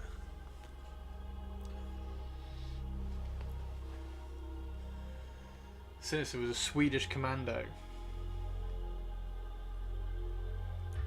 We have Sly Marbo, a real life Sly Marbo in chat, ladies and gentlemen. Sly Marbo was based on Sinister. I don't know whether you know that. I mean, no one could top that. Green Beret and all. Yeah. Well, so that's the other thing. Like, I've been saving all the spare Imperial Guard heads, so that I can like vary them all, because all my units have all been identical. They've all been the same. So, like, I've done my Death Corps and Krieg. My Death Corps of Krieg have all got Cadian heads. I converted them all so they had Cadian heads. They've got the Death Corps like overcoat and then Cadian heads. So they've all got the same heads. Each unit has the same heads, and then I've got goggles, berets, and everything all separated out and all ready to go for a special ops unit. So I'll do it at some point. I will do it at some point. Maybe I can go and grab that box out of the loft at some point over the next few days and see where it's at. Yeah, really do a very cool Chimera Russ. What would a Chimera Russ? What would a City Fight Chimera Russ have? It would have a rotator cannon, wouldn't it? It would have a Punisher cannon on top, wouldn't it? A City Fight Chimera Russ would have a Punisher cannon, wouldn't it? Or a plasma, maybe a plasma. My Raptors Phobos kill team is based on my old unit. That's amazing, dude. Okay, since I have Death Corps create some kill team boxes, and now the patrol box should be bent French or Belgian. I will not go German. That is what everyone else is doing, right? I have no idea. Belgian, the real inventors of French toast and French fries.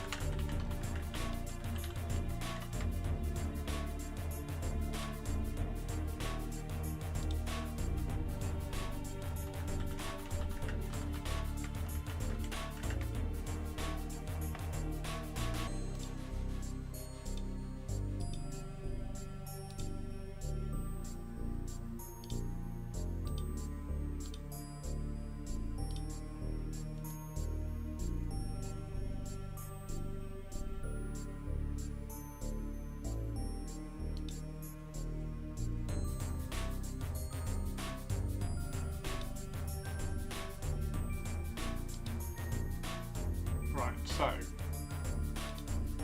throw out some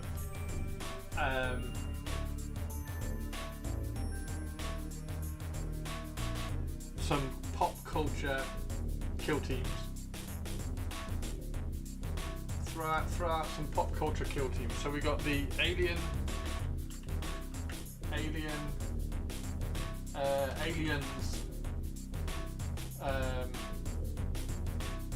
fighting.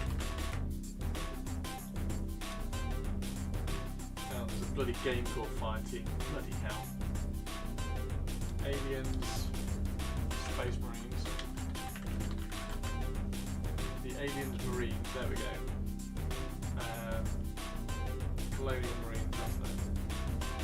There. Is that all of them? So we got those.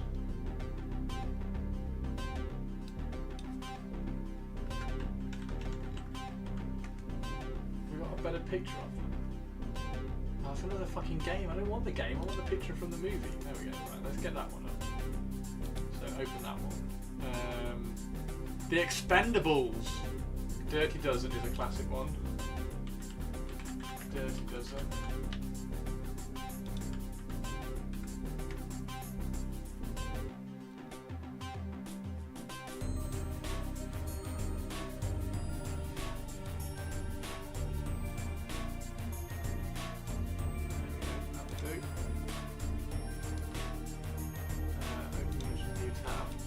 The Expendables is a good one. There's the Expendables.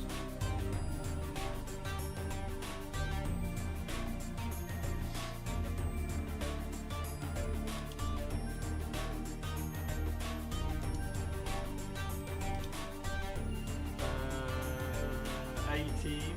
Predator. We need to get Predator. Predator Marines. We got an over. There we go. Open image. What was the other one? The A-Team. A-Team's a classic one. A-Team's brilliant, isn't it? There we go. Oh no, that's it. That's the remake. We don't want to do the remake, we want the classic. Where's the classic? Oh, where's a pic of the whole classic lot? There, that'll do. Stargate SG-1. Stargate SG-1. I never watched Stargate.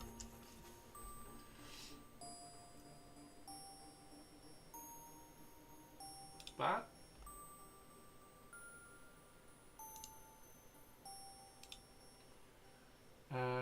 Guns of Navarone or Force from Nerone. Predator just seems like a much more iconic kill team to me. Yeah, it really does, isn't it? Like Predator is just like the pulled together special forces kind of vibe that you want, isn't it? Force 1. Yeah, what's Force 1? Force 1. No idea what this is. Force 1 from Navarone.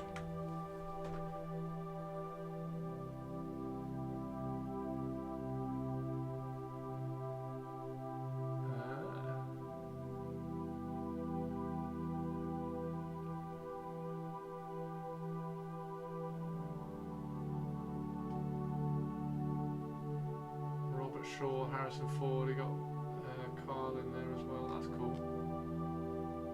That one there. Okay. Guns of Navarone for movie night. It's got MacGyver and the voice of Kratos from God of War. What Stargate has? I know it's got. I love MacGyver. MacGyver was so good. Predator also has some really iconic character designs and more distinct personalities compared to Expendables, which is roided up guys going ah. Yeah. Right. So we've got Alien.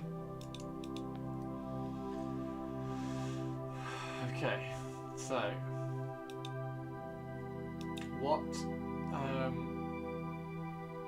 I mean, yeah, it is all roided up, but there are some there are some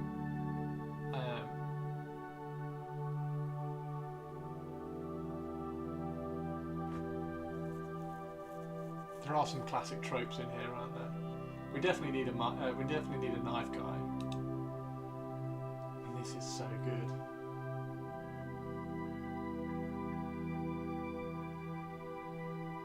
All the different headwear as well, though.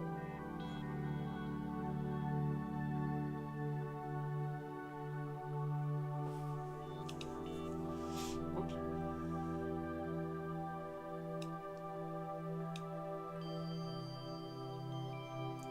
Christopher Judge written episodes of SG1 are always hilarious. Every one of them was about how all the ladies love TLC. You were always an asshole, Gorman. Expendables is a good one. Aliens is my pick. Kelly's Heroes. Kelly's Heroes. I mean, so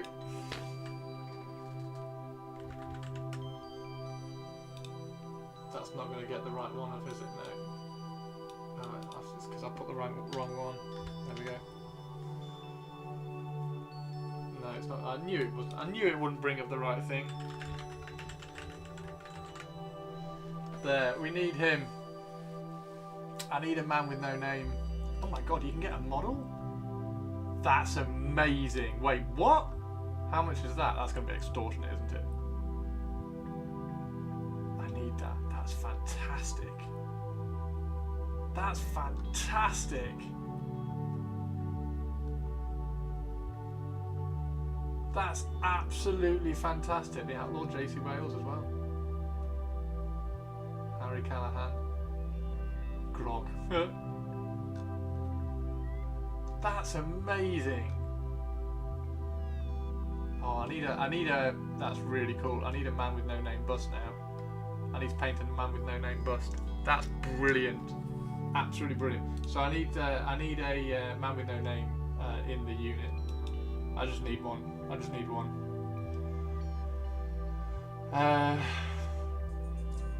Just watch the Good, the Bad and the Ugly. Grog for the win. Dad's Army. Kelly's Heroes for that then, Chris. Kelly's Heroes was the Expendables before the Expendables. Ministry of Ungentlemanly Warfare is so bloody good. That's really good as well.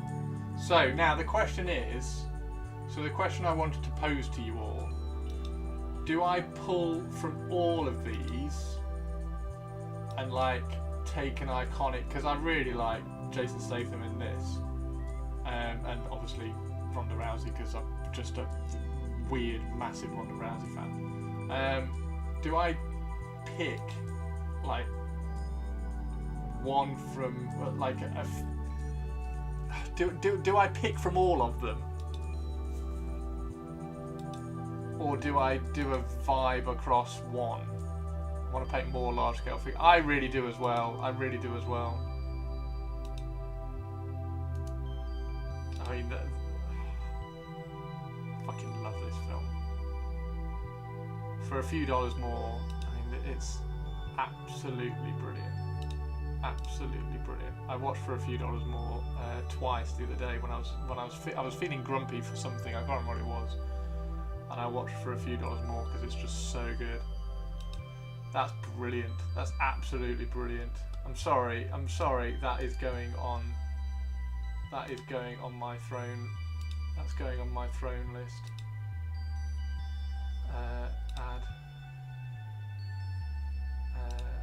Add product link. I'm sorry, that's just got to go. That's absolutely fantastic. It's not a verified store. That's absolutely fine.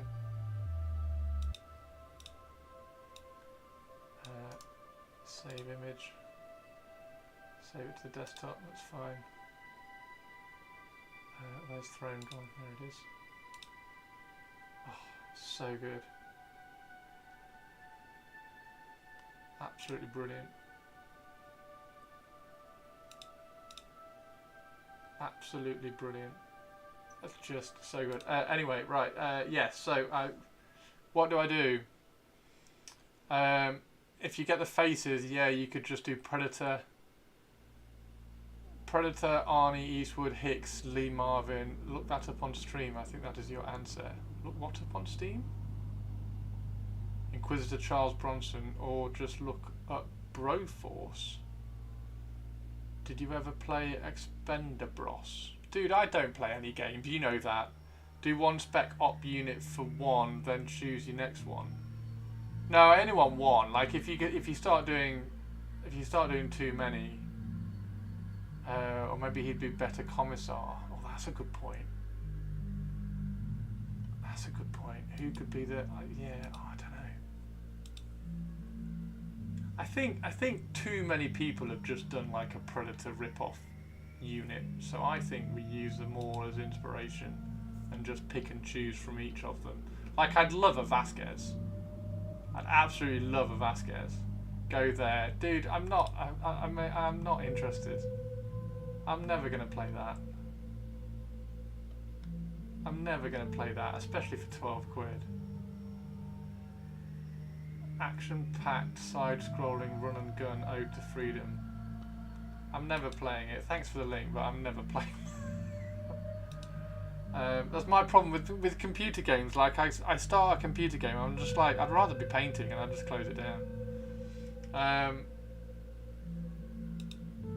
Yeah, so I think I pick and choose. Like I really want a Vasquez, so I'm gonna have to try and get a Vasquez in there with a massive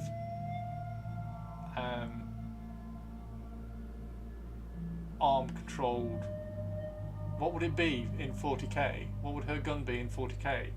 Be like a heavy stubber, wouldn't it? Watch the video. Okay. Vasquez with an autocannon. Oh yeah, autocannon. Vasquez is okay. I fucking love. I absolutely love Vasquez. I quoted Vasquez when I did my female Space Marine. I quoted Vasquez when I put the picture up on social media. Hey Vasquez, you ever get mistaken for a man? No, have you? She's such an icon. Need to watch Mistaken for a Man. It's absolutely fantastic. And this is the thing that I don't want to say that people forget, but like they're always saying there's no strong female role models and stuff. Like there always has been. Like there's always been. Like 1979, you had a female role model who killed an alien single-handedly. No, have you? I fucking love that line. Have you? Hey Vasquez, you ever been mistaken for a man? No, have you? It's just brilliant. Yeah, absolutely fantastic. Yeah, so I have to have a Vasquez because I love Vasquez to bits. I kind of want a Hicks. Game over, man. Game over. I want a Statham, so I need a bald-headed. Do I need a bald-headed knife man? Is there a better knife man than Statham? I suppose Billy. I mean, I'm not gonna. I'm not gonna be able to find the heads to match exactly. So I'm just going to have to use them as inspiration and like loadouts. Who's she? I need a sniper. I do need a sniper. Why has he got a badge on his forehead? Is he a sergeant? Sergeant or something? What kind of Stallone would you want? His Judge Dredd. I would never do a Judge Dredd Stallone. I would do a Carl Urban Stallone. Are we building a team of Imperial Misfits? Yes! That's a perfect thing, like an Imperial Misfits, yes. So it's from my Imperial Guard pixel. It's something I've been meaning to do for a while. I want to do a special ops unit for my Imperial Guard, sort of like a homebrew Gaunt Ghosts, but I don't want to just do, because everybody's done this. There we go. Everybody's just done a Predator kill team. I don't want to just do a Predator kill team. I want to kind of pick and choose from loads of different little pop culture things. He's a Guild servant, that is why he has a symbol of his master. Hudson, sir. He's Hicks, since Chris has attributed game over man to the wrong Marine. Oh shit, yeah, Hudson. Yep, sorry, not Hicks. I don't know why I said Hicks. Yeah. He is the only person to be killed by a predator, an alien, And there's something else. What was the other thing?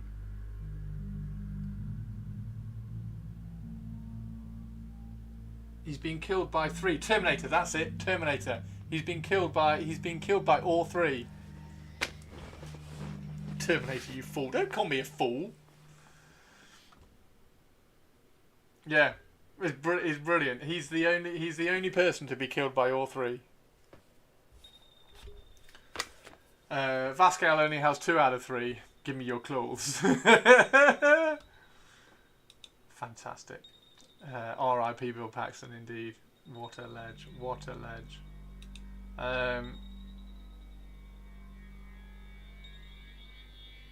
So, is a lone gunslinger going to fit in? I mean, I just want to make it honestly, I just want to make an Imperial Guard. I just want to make an Imperial Guard guy with that hat and a pistol. Laundry night. No. Stop being grumpy, Pixel. Like, can we not fit him in? Hey, Cryo, how are you doing? What are we looking at? Man, we had some good movies back then. I am I'm honest. A solid Eastwood mini. Oh my god, that's... What, you like that? That's shocking.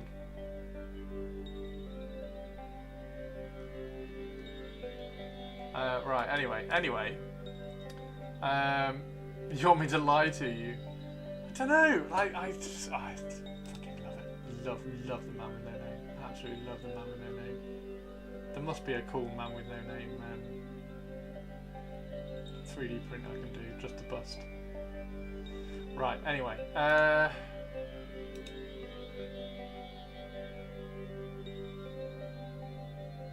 mean, we need that. We need him as well, don't we? So 1 for Vasquez, 2 for Knife, 3 for Ronda Rousey. Although Ronda Rousey is just like Ronda Rousey. 3, 4 for Billy, 5. You can't have to have like an Arnie. 6,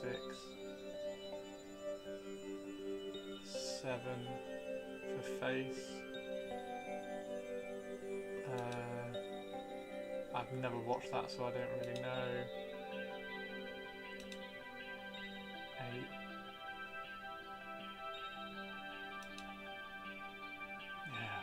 Yeah. Put Mr. T in just because. This is sidetrack or mini reference search. I'm trying to do. It's really funny. I'm trying to do. I keep explaining this. I'm trying to plan.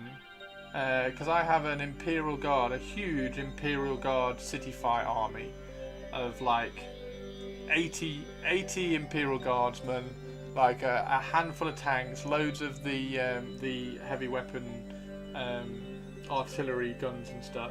And I've wanted to do a special ops unit for them, like based on all the cool shit from pop culture. So I just asked everybody for some vibe suggestions, and I don't just want to do like a Predator kill team. Like that's like everybody's done a Predator kill team. Like I want to like pick and choose and just try and get a bit more variety in there. And that I think getting the man with no name in, I think getting Manco in there would be super cool. We've been on sidetracks for less than no one remembers what the main track was. Oh dear. My 5th edition Imperial Guard had a Predator kill team. Yeah, everybody's done one, haven't they? Everybody's done one. What do the Gaunt Ghosts? What's in the I'd like, because I like the Gaunt Ghosts. Gaunt Ghosts. Fucking hell, they're 50 quid now. Bloody hell. No way are they 50 quid. Hardened veteran code, there we go. Hardened veteran code entry. So I've got these, and these have like a. So actually, right. So the sniper is the one. It's like, because that could be Billy, or that could be Billy. So you can actually do You could just do a Cadian version of Gaunt's Ghosts. Do you just do that? Right, okay, so... isn't Gaunt's Ghost based off of Sharps? I think Gaunt's Ghost is like inspired by everything, isn't it? Because you've got... That's blatantly Vasquez. So you could do Vasquez, you've got Billy and Jason Statham. I don't know who the sniper is going to be. I mean, to be fair, that looks like Billy as well. And then, so do you just do a Cadian version of this? Oh, the Last Chances was so cool as well, wasn't there? So do I just do 6 then, and just do a Cadian version of this? They could make great Antari rifles as well. Bring back Schaefer's Last Chances. What were the Schaefer's? What were the?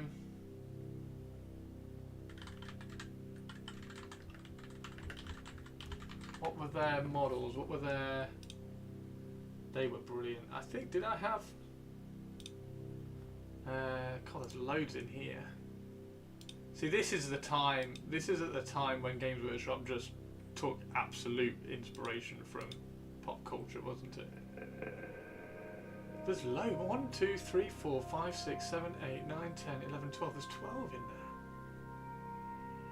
Like bulging biceps.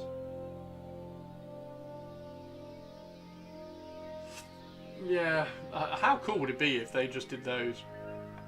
How cool would it be if they were like, if just one reveal show, they were just like, oh, by the way, yeah, you remember the Schaefer's Last Chances? They've got new models. There's so many ways Games Workshop could just break the internet. I do have these guys, so it's a total coincidence that there are the dirty dozen of them. Yeah, total coincidence, total coincidence. I had a cast-in hardened veteran Steel Legion Armoured Fist Squad, Cadian shock troops, loads of commissars, and Yarrick. Just a straight-up 50s Western Native American hanging out in the crew, exactly! Right, okay, so if I do 6 then, if I just do a city fight version of those guys, because I've got those as well, and I've actually converted them, so rather than standing on twigs, he's standing on ruins with angle iron and stuff like sticking out, and he's holding a piece of angle iron, he's not holding a tree. So I've done the conversions to fit them into the city fight.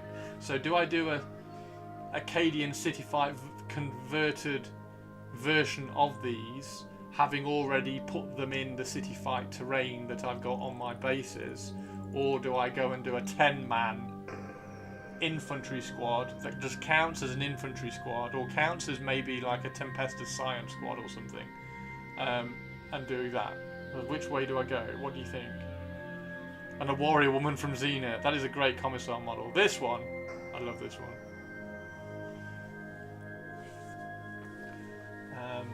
Yeah.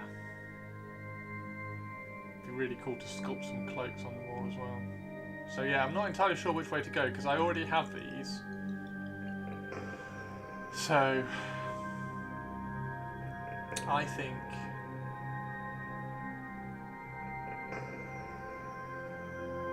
would suggest to make your own models and counts as. So you think I count them as Gaunt's Ghosts rather than count them as an infantry squad, and just do 6 rather than 10.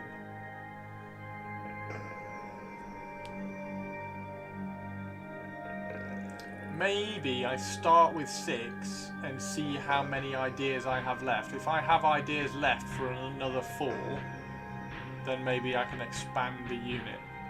But maybe I start with 6 and then add in the extra 4 to make a full infantry squad.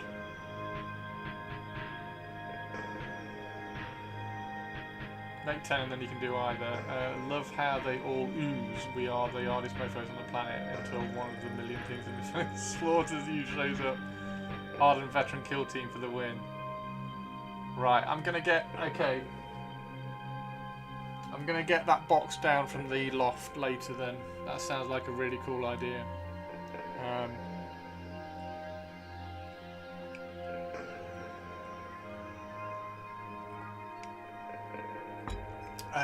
I wonder Because also, if I do it as a hardened veteran kill team, it also fits in. It also fits in with my inquisitorial stuff. Although the inquisitorial stuff is all on the void basis, so it's not going to fit. So it wouldn't fit. So it would be separate. Yeah, that's going to be really cool. I'm going to have to dig these back out as well because I need to finish off some of their bases. And I also need to, I think I need to order some more H-bar, some more beams. Because I think I used the last one the other day. So I need some more H-bar, I'll order that later.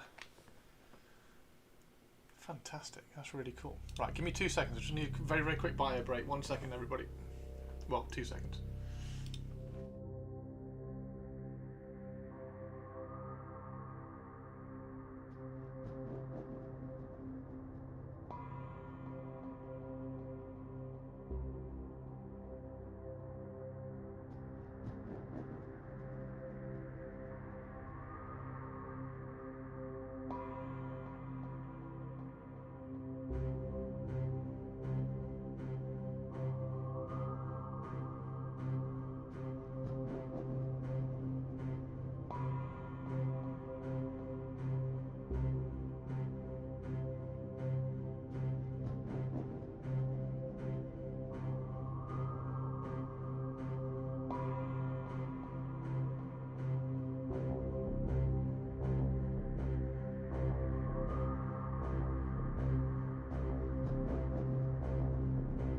Okay, right.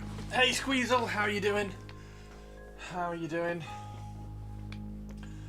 You've just missed us having a big long conversation about doing a custom Start wearing purple, wearing purple.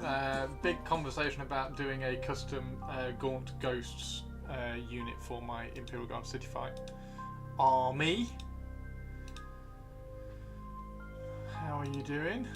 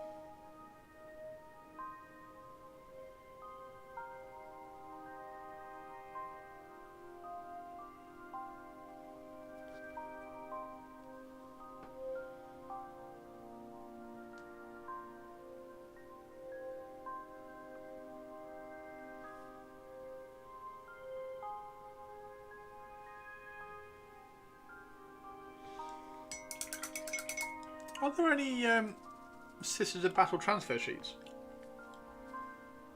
Do we have any transfer sheets for Sisters of Battle?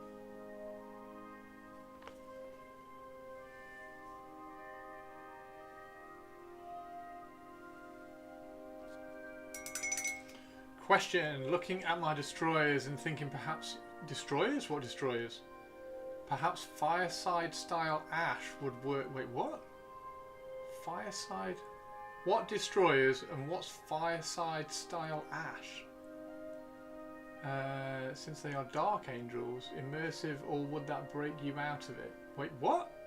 I'm completely lost with everything you said there. What's Fireside style Ash? And what are destroyers? Horus Heresy destroyers. Oh, as in the destroyer squad. They're the ones with the heavy weapons, right? Grey Ash. Why would that break me out of the immersion? Like my Raven Guard are all... I think that looks great.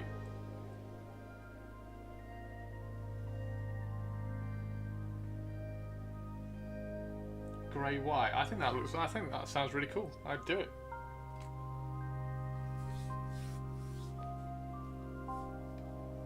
And why, since they are Dark Angels? They are ones with rad grenades and whatnot. Oh, they're those ones. Right, yes, the ones with the burnt armour. That sounds really cool though. I like that.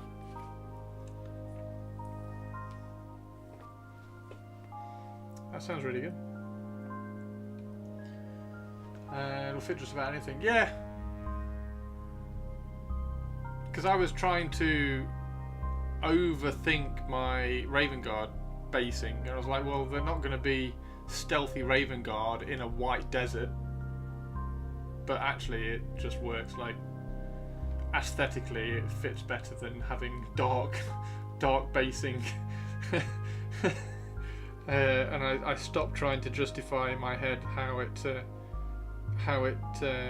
doesn't really work in world if they're trying to be stealthy in a white desert with black armour. Most destroyers are shown with blackened armour. That's difficult with black basing. Realistically painted Raven Guards suck because you can't see. Yeah, exactly. Like, I really like how my Raven Guard turned out. I think they look really, really cool. And I really like the kind of turquoisey black. And the turquoisey black as well will really, really, really contrast with the black that I'm going to do the reconnaissance squads. So, yeah. Right. Have to go and make some dinner soon.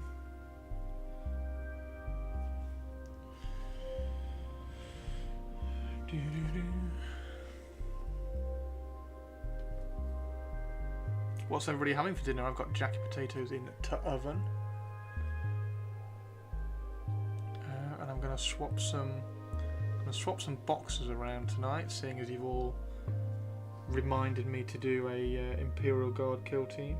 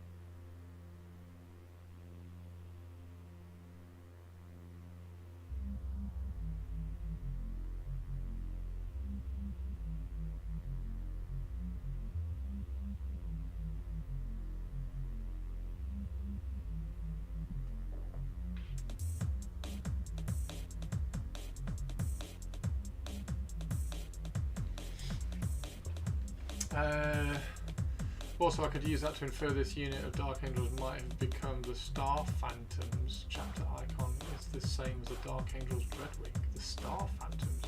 Base idea is have a few panels being white in the Dreadwing icon. The ash just makes them go F. It lets just keep the armour grey white. Matte black soot over gloss black armour. What if they blend into the environment? You can't see the pretty paint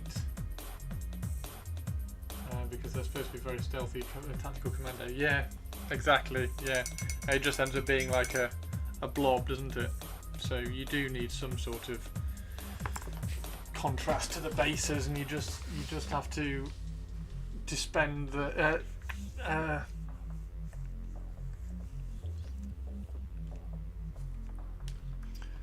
suspend the disbelief that you've got with them. Yeah, it's an artistic license, isn't it? Artistic license over realism and justification.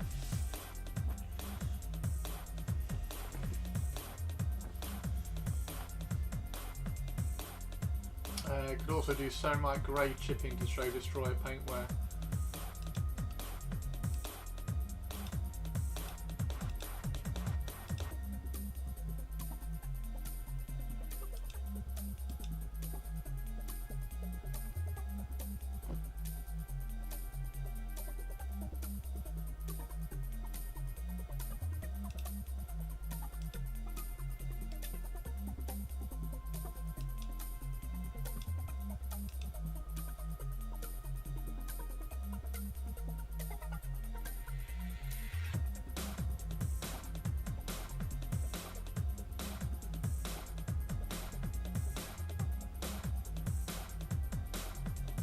be fair, green camo in urban or desert environments is unfortunately very realistic, or very realistic. Oh my god! Just thought I could have a Sinister. I could have, so that's the sniper, isn't it? That's my sniper in my Imperial Guard City Fight kill team. It's Sinister. So Sinister gets to tell me what gear he's going to have on his sniper rifle and everything. Procurement and logistics are hard, okay?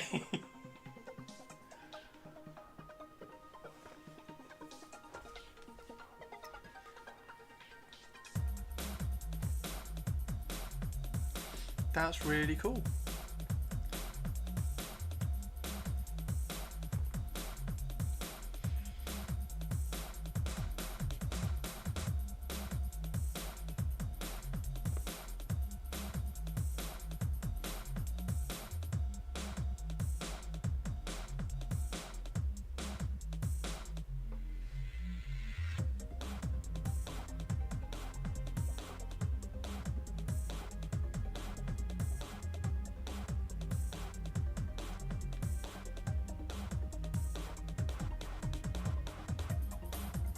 The Special Ops Sniper in my Imperial Guard kill team is based off Sinister from my Twitch channel.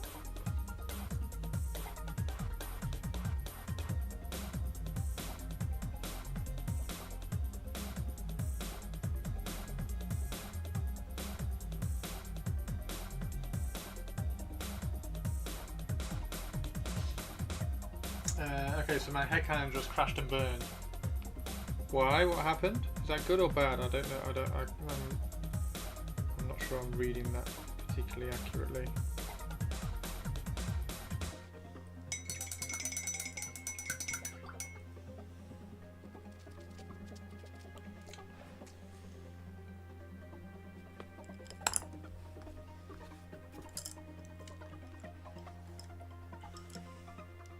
What should I have in my... What did I get this for? Oh, that's it. What should I have on my jacket potato tonight?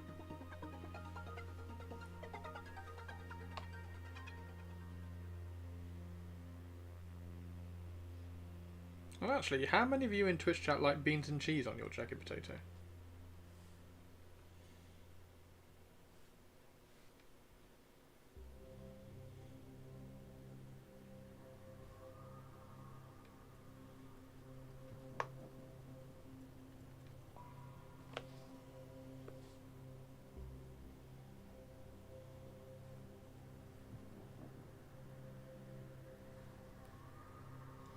Chili beans and cheese.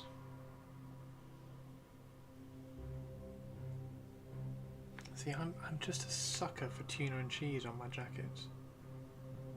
And it's so nice, I really struggle to go away from and put anything else on it. I don't like cheese and beans, because you end up with like cheesy beans, it's just a big melted mush, and I'm not a big fan of it. I had beans and cheese on just about anything. We're waiting to find out why Avian's headcannons just crashed and burned. Hopefully it's nothing bad, because that's a cool idea.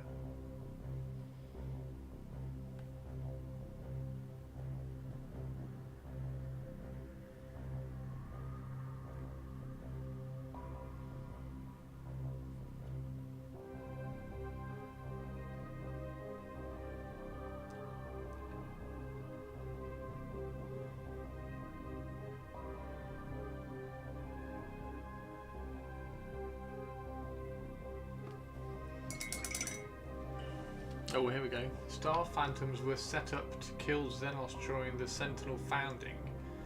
They carry the markings of the Dreadwing as their chapter icon. The idea was, oh, they went out to the outer rim of the Imperium during the scouring before the line returned to Caliban. Hence their reluctance to say why their gene seed is from the Dark Angels and vice versa, because that would mean an already established chapter would have to be subsumed into the Unforgiven.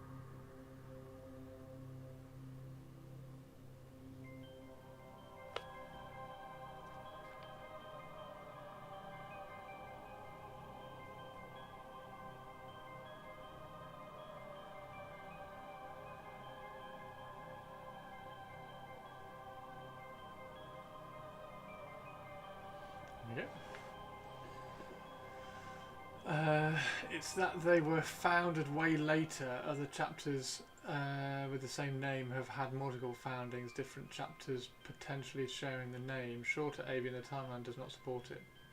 Oh, right, okay. Well, can't they just be like the start of the Star Phantoms? Could you justify them by saying they are the Marines that end up breaking off? Or does that not really work either? I don't know.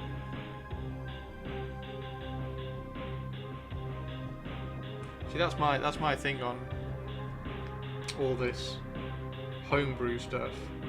Like, you make your homebrew, and then you have to go and justify and explain it to everybody.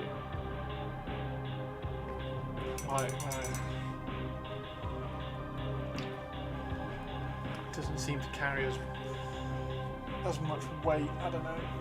The lore and timeline is there to support your ideas. If it doesn't, then you disregard the lore and timeline. Do it anyway. Headcanon doesn't always have to be canon. My Necron's a straight up alternate universe.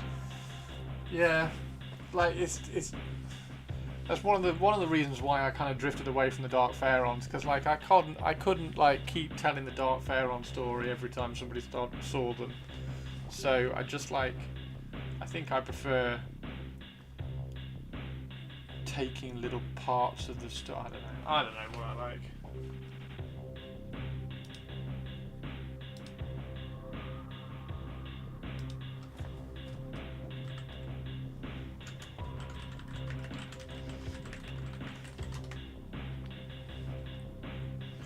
Could roll up to the chapter and say, hey, can you give me back my Emperor's final sanction weapons to fight an Imperial Nihilus? Star Phantoms, eh? What?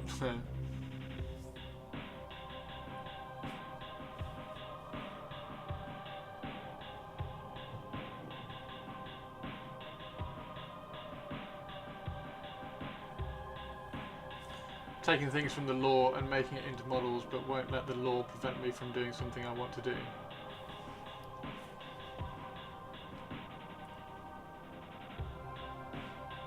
Yeah, it's a fine line, isn't it? It's weird. Like some things justify that kind of, because that's my approach as well. Like, just do what you want, but the Space Marines, I just really struggled with the Space Marines.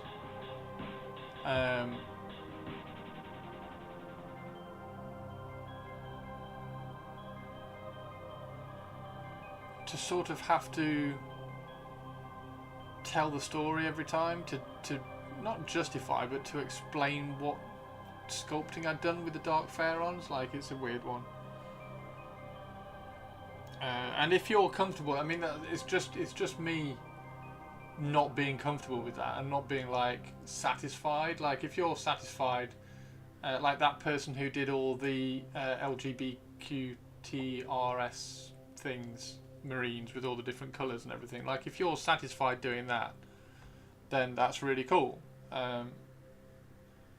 But I just couldn't get the satisfaction out of doing the Dark Pharaons, and also I don't think I particularly did the conversions particularly well. So yeah, it's a weird little thing, isn't it?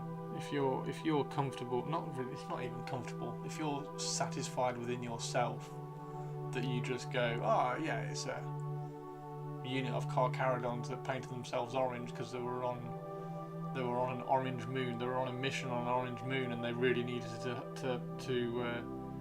to blend in, so they painted all their armour orange but left the Carcharodon shoulder pads, whatever colour the Carcharodon is supposed to be, grey. Then fine, but I just really struggled with that sort of thing in my head. Like, that's the art versus lore convo that we were having. Okay, to roll back, what I wanted to do was kind of infer the Dreadwing became the Star Phantoms after the Herod era. I can understand that I don't necessarily want to get into the arguments about it when playing the game. Yeah, exactly. Yeah, that's, yeah. Well, not really arguments, but yeah, I know what you mean. The only person you have to answer to is yourself. Yeah, totally. Given how fast and loose Games Workshop has played its own influence on their lore, I fall firmly on the side of I think it's neat when it comes to modelling. Yep, 100%.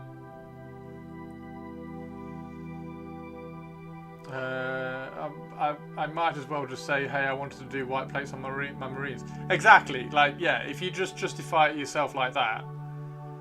And I know, like Arbiter Ian did. Were the Dark Angels? I can't remember what thing he did, but he did like a custom chapter of Dark Angels that were based from a certain planet that was in the lore, and this was the reason they were painted that way, and they were all kit bashed to have older armor or something like that. Kind of link. I guess I just feel I would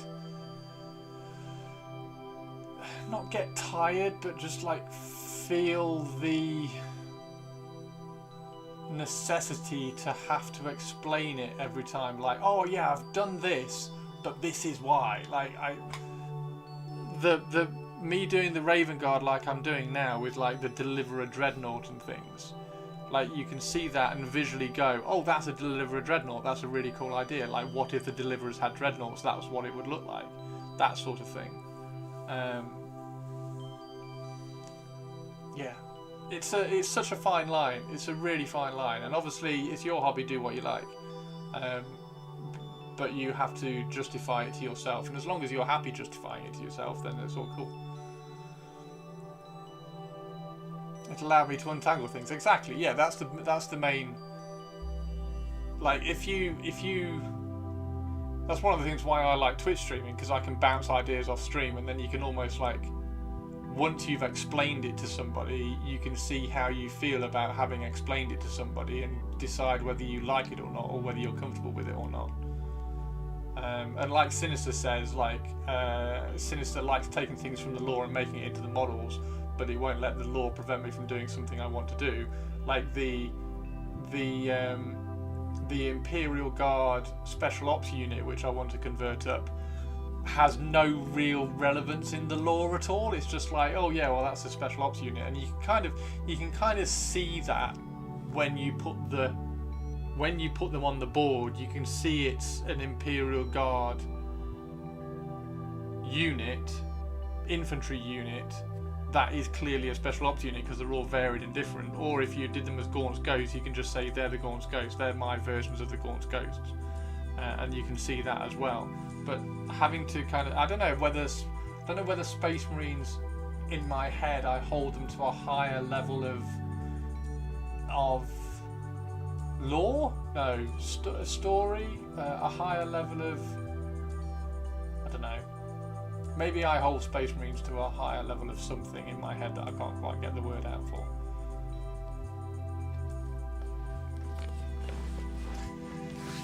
I don't argue when my opponent shows up with the lion paints to match his salamanders. No, totally not.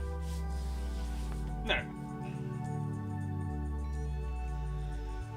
So yeah, sounding board is the perfect thing. Like, so that's a really good example, actually. Morvenn Vahl is supposed to be gold, isn't she? But mine's silver. Like, that's just a colour change that doesn't have any lore justification behind it, nor does it need lore justification behind it, because I've just painted Morvenn Vahl silver. Whereas if you painted Dark Angels silver, Salamanders, there we go. If you painted Salamanders silver, you almost, I almost feel like I would need to justify why I'd done that. Or like maybe in the lore somewhere, Salamanders fought on a metallic planet where they had to, where they didn't bother painting their armor because it wasn't worth it, or something like that. And that's in the lore somewhere. But if it is in the lore, it's a deep cut, and you kind of have to say, and keep saying, oh well, this is my salamander army. Oh, why are they silver? Well, actually, they're fighting on this planet in Horus Heresy book 962, where it was a metallic planet, and in my head canon, they didn't bother painting their armor because the metallic planet wore away the paint so quickly, so it was always metallic. Blah blah blah blah blah. Whereas this is just, I painted Morvenn Vahl silver. So yeah, maybe I am holding Space Marines to a higher. I can't get the word out. What's the phrase? Holding it to a higher something. I think I'm holding Space Marine justification and reasons to a higher standard or something. Hopefully that makes sense. Like I'm all totally happy to just like kit bash up an Imperial Guard unit, but I'm less happy to kit bash up a Space Marine unit without some sort of headcanon in there. Silver Dark Angels equals Guardians of the Covenant. Nice. Is there already Silver Dark Angels? Okay, cool. See, I didn't know that. And if you painted your Dark Angel silver, every time you'd see somebody, you'd say, "Oh, well, actually, these are the Guardians of the Covenant," which. Wolfguard Battle Leader out of the new White Scars character because I love the bike. The bike is super cool, isn't it? Any Legion can come in any colour. Yeah, they can, yes, but then you have to be comfortable in any Legion coming in any colour. And either having to answer the questions for it or not.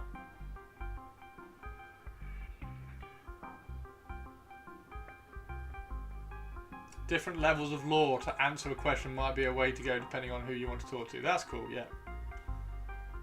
Salamanders have some successors now. One is called the Iron Drakes. Yeah.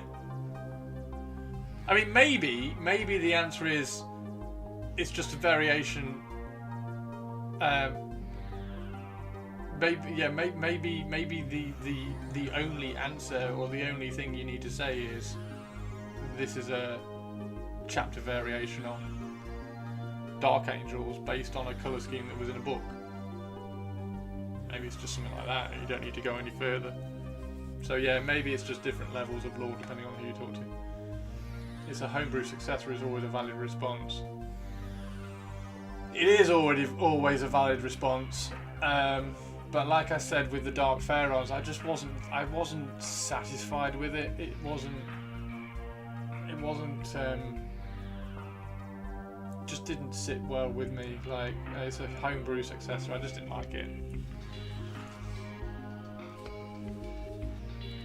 Because in my head it was like, well, these are the second chapter.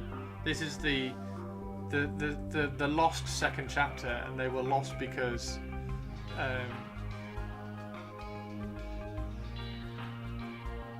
they were they lost it mentally, like they psychologically they just all lost it, and because they were tempted by a demon, so they've got psychosis in the entire chapter. Like, it's just too much to try and explain.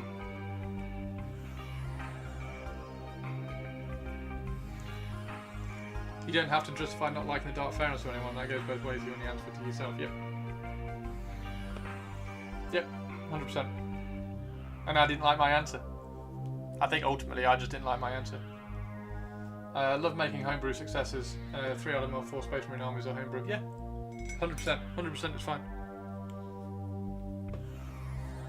I just couldn't feel comfortable with it. I couldn't get comfortable with it. So, which is why it's why I've ended up kind of going back to the Raven Guard and just kind of really digging deeper into the Raven Guard idea and doing Raven Guard in a more custom look/way. I think that's ultimately, which is weird for me, because I've always been the special snowflake, right? I've always had to have something that's different. Like, it doesn't look like everybody else's, which is where the homebrew Space Marine started. Like, well, I need to do a homebrew Space Marine chapter because I want to be different. I don't want to just paint Imperial Fists. And ultimately, I've kind of gone to the, well, I will paint Raven Guard, but I'm going to paint them better than anybody else and have them look better than anybody else and convert them better than anybody else. So that's how I've got my custom bit. Yeah, it is a really fun balance to work with. Yeah. I'm not disagreeing with everything you're saying in chat. I'm just trying to explain where I kind of stand as well. And the sounding board, Twitch as a sounding board is absolutely fantastic. Like Avian just said, like Avian did a sounding board in Twitch chat. I do a sounding board by splurging, brainstorming, and just like mind melting shit out into the microphone for you all to go, what the fuck are you on about, Chris? And you've had that massive roller coaster of me trying to do a Space Marine chapter for about 5 years. It's about 5 years I've been trying to do Space Marines, and now I've just gone, oh, let's just do Raven Guard. No way. Avian, thank you very much, man. That's super cool. Thank you very much. Hype, hype, hype to Avian for contributing to another one of my little throne things. Thank you very, very much indeed. Guys, if you want to go and have a look, just do !throne. Or in fact, it's just popped up in Twitch chat a couple of lines up. Go and have a look. Thank you very much, Avian. That's really kind of you. Opposing opinions can both be correct and true, 100%. For your special frozen snowflake. Yes. Yes, I have to be my own special frozen snowflake. Oh dear. Right, I need to close down all of those pics from all the different movies, which is really cool. Oh, Man with No Name is super awesome.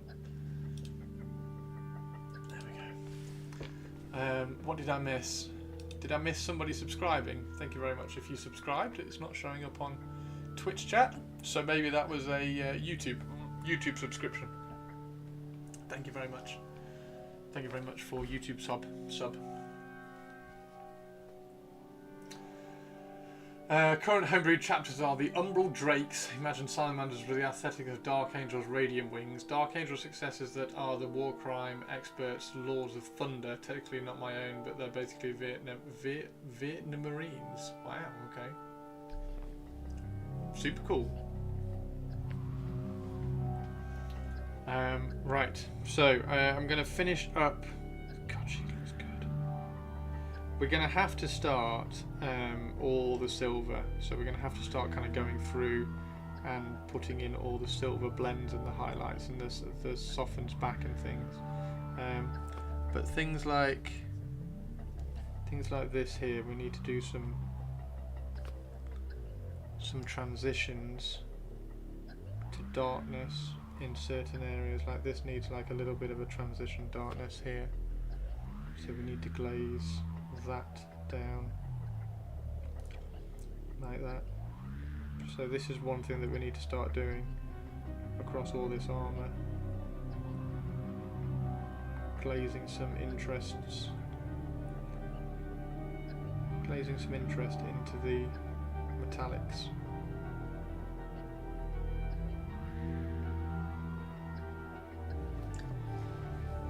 At the end of the day, the only thing I care about is when it comes to models are two things: does painting it make me smile, just looking at it once it's painted make me smile.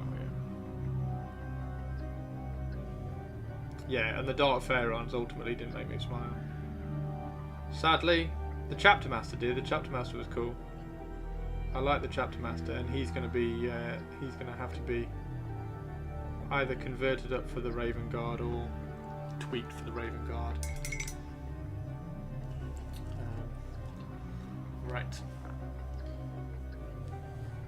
Oh, that's difficult. I'm also really glad that worked as well, Avian, because I said I set that up the other day.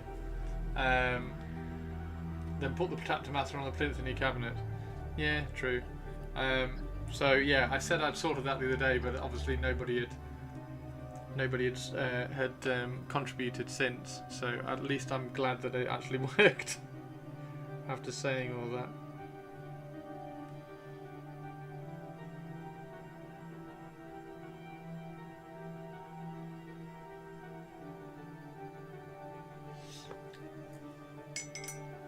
I was looking at the sprue, Avian, of the War Trike. I was looking at the sprue and kind of planning in my head how I was going to get the War Boss into the driver's seat.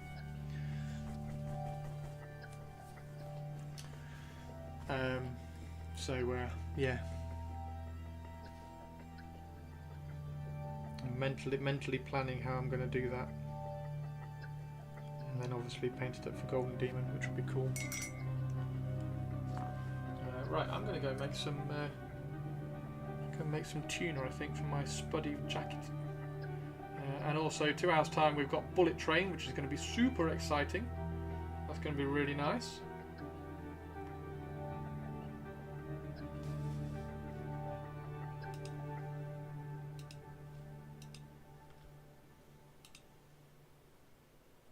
Hammer and Chopper.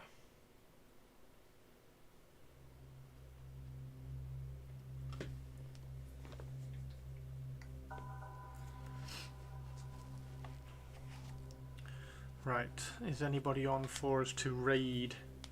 Hopefully there is. Oh, also, one thing I did want to say, which I haven't pointed out yet. We've got some Mortalis rules, which I've not looked at. So we do have Zone Mortalis rules, which is excellent. So we can have a flick through, and I think it said it was 1,500 points.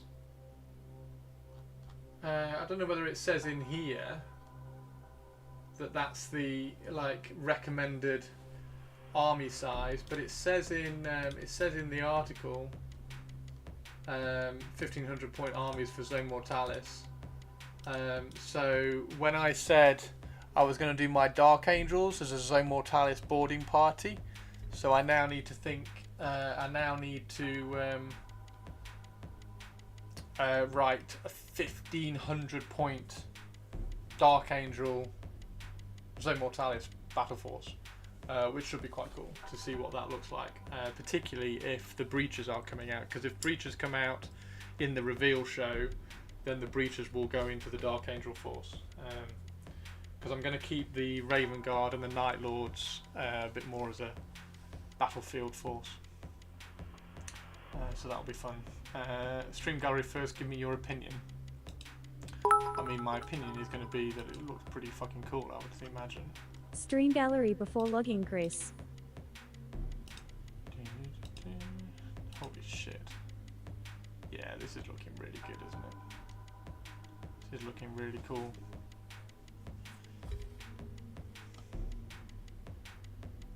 I would probably darken this wing. This wing looks a bit bright compared to this one. I would probably make these two top bits a bit brighter. This looks great. I love this model. This model's absolutely bonkers cool, brilliant. All finally out. Finally out? Oh, the Zone Mortalis. So good. Is he all primed? I'm looking forward to seeing this one done as well. It's a phenomenal model. It really is, isn't it? It's really cool. I'm really, really pleased that they came out. I might try and rip mine off the round base and put it on a square base. But then I do have the massive zombie dragon as well, which probably fits into Old World a bit better, so I don't think I should actually. Having said that, I think I'll leave it on the round base, it's fine. Yeah, it's really, really nice. This is really smart, mate.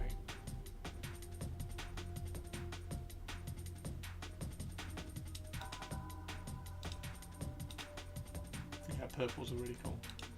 Fantastic. Well done, everybody. Right. New one is going on the round base. Oh, have you got two? My old half poorly converted Vor Dry is going on a square one. Oh, perfect. Yeah, yeah. So I've put my... So I've done the same. My Vor Dry is on a square base for Old World. And then I'll probably keep that one for... I'll just stick on the... It's not like I'm going to have a Soul Blight army. I'm waiting for Malarian. If they bring out the Malarian Umbraneth, then I will do more of that. Who is around?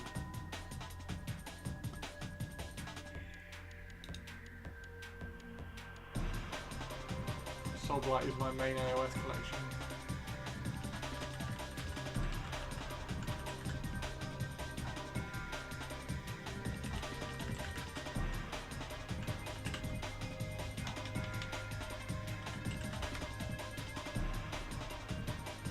Right, see you all tomorrow, everybody. See if I can get a little bit more work done on Morvenn Vahl tonight. I've got some other models over there which I'm also trying to paint, so we'll get those done as well. And I will see you all tomorrow. Take care, everybody. Be awesome. Bye.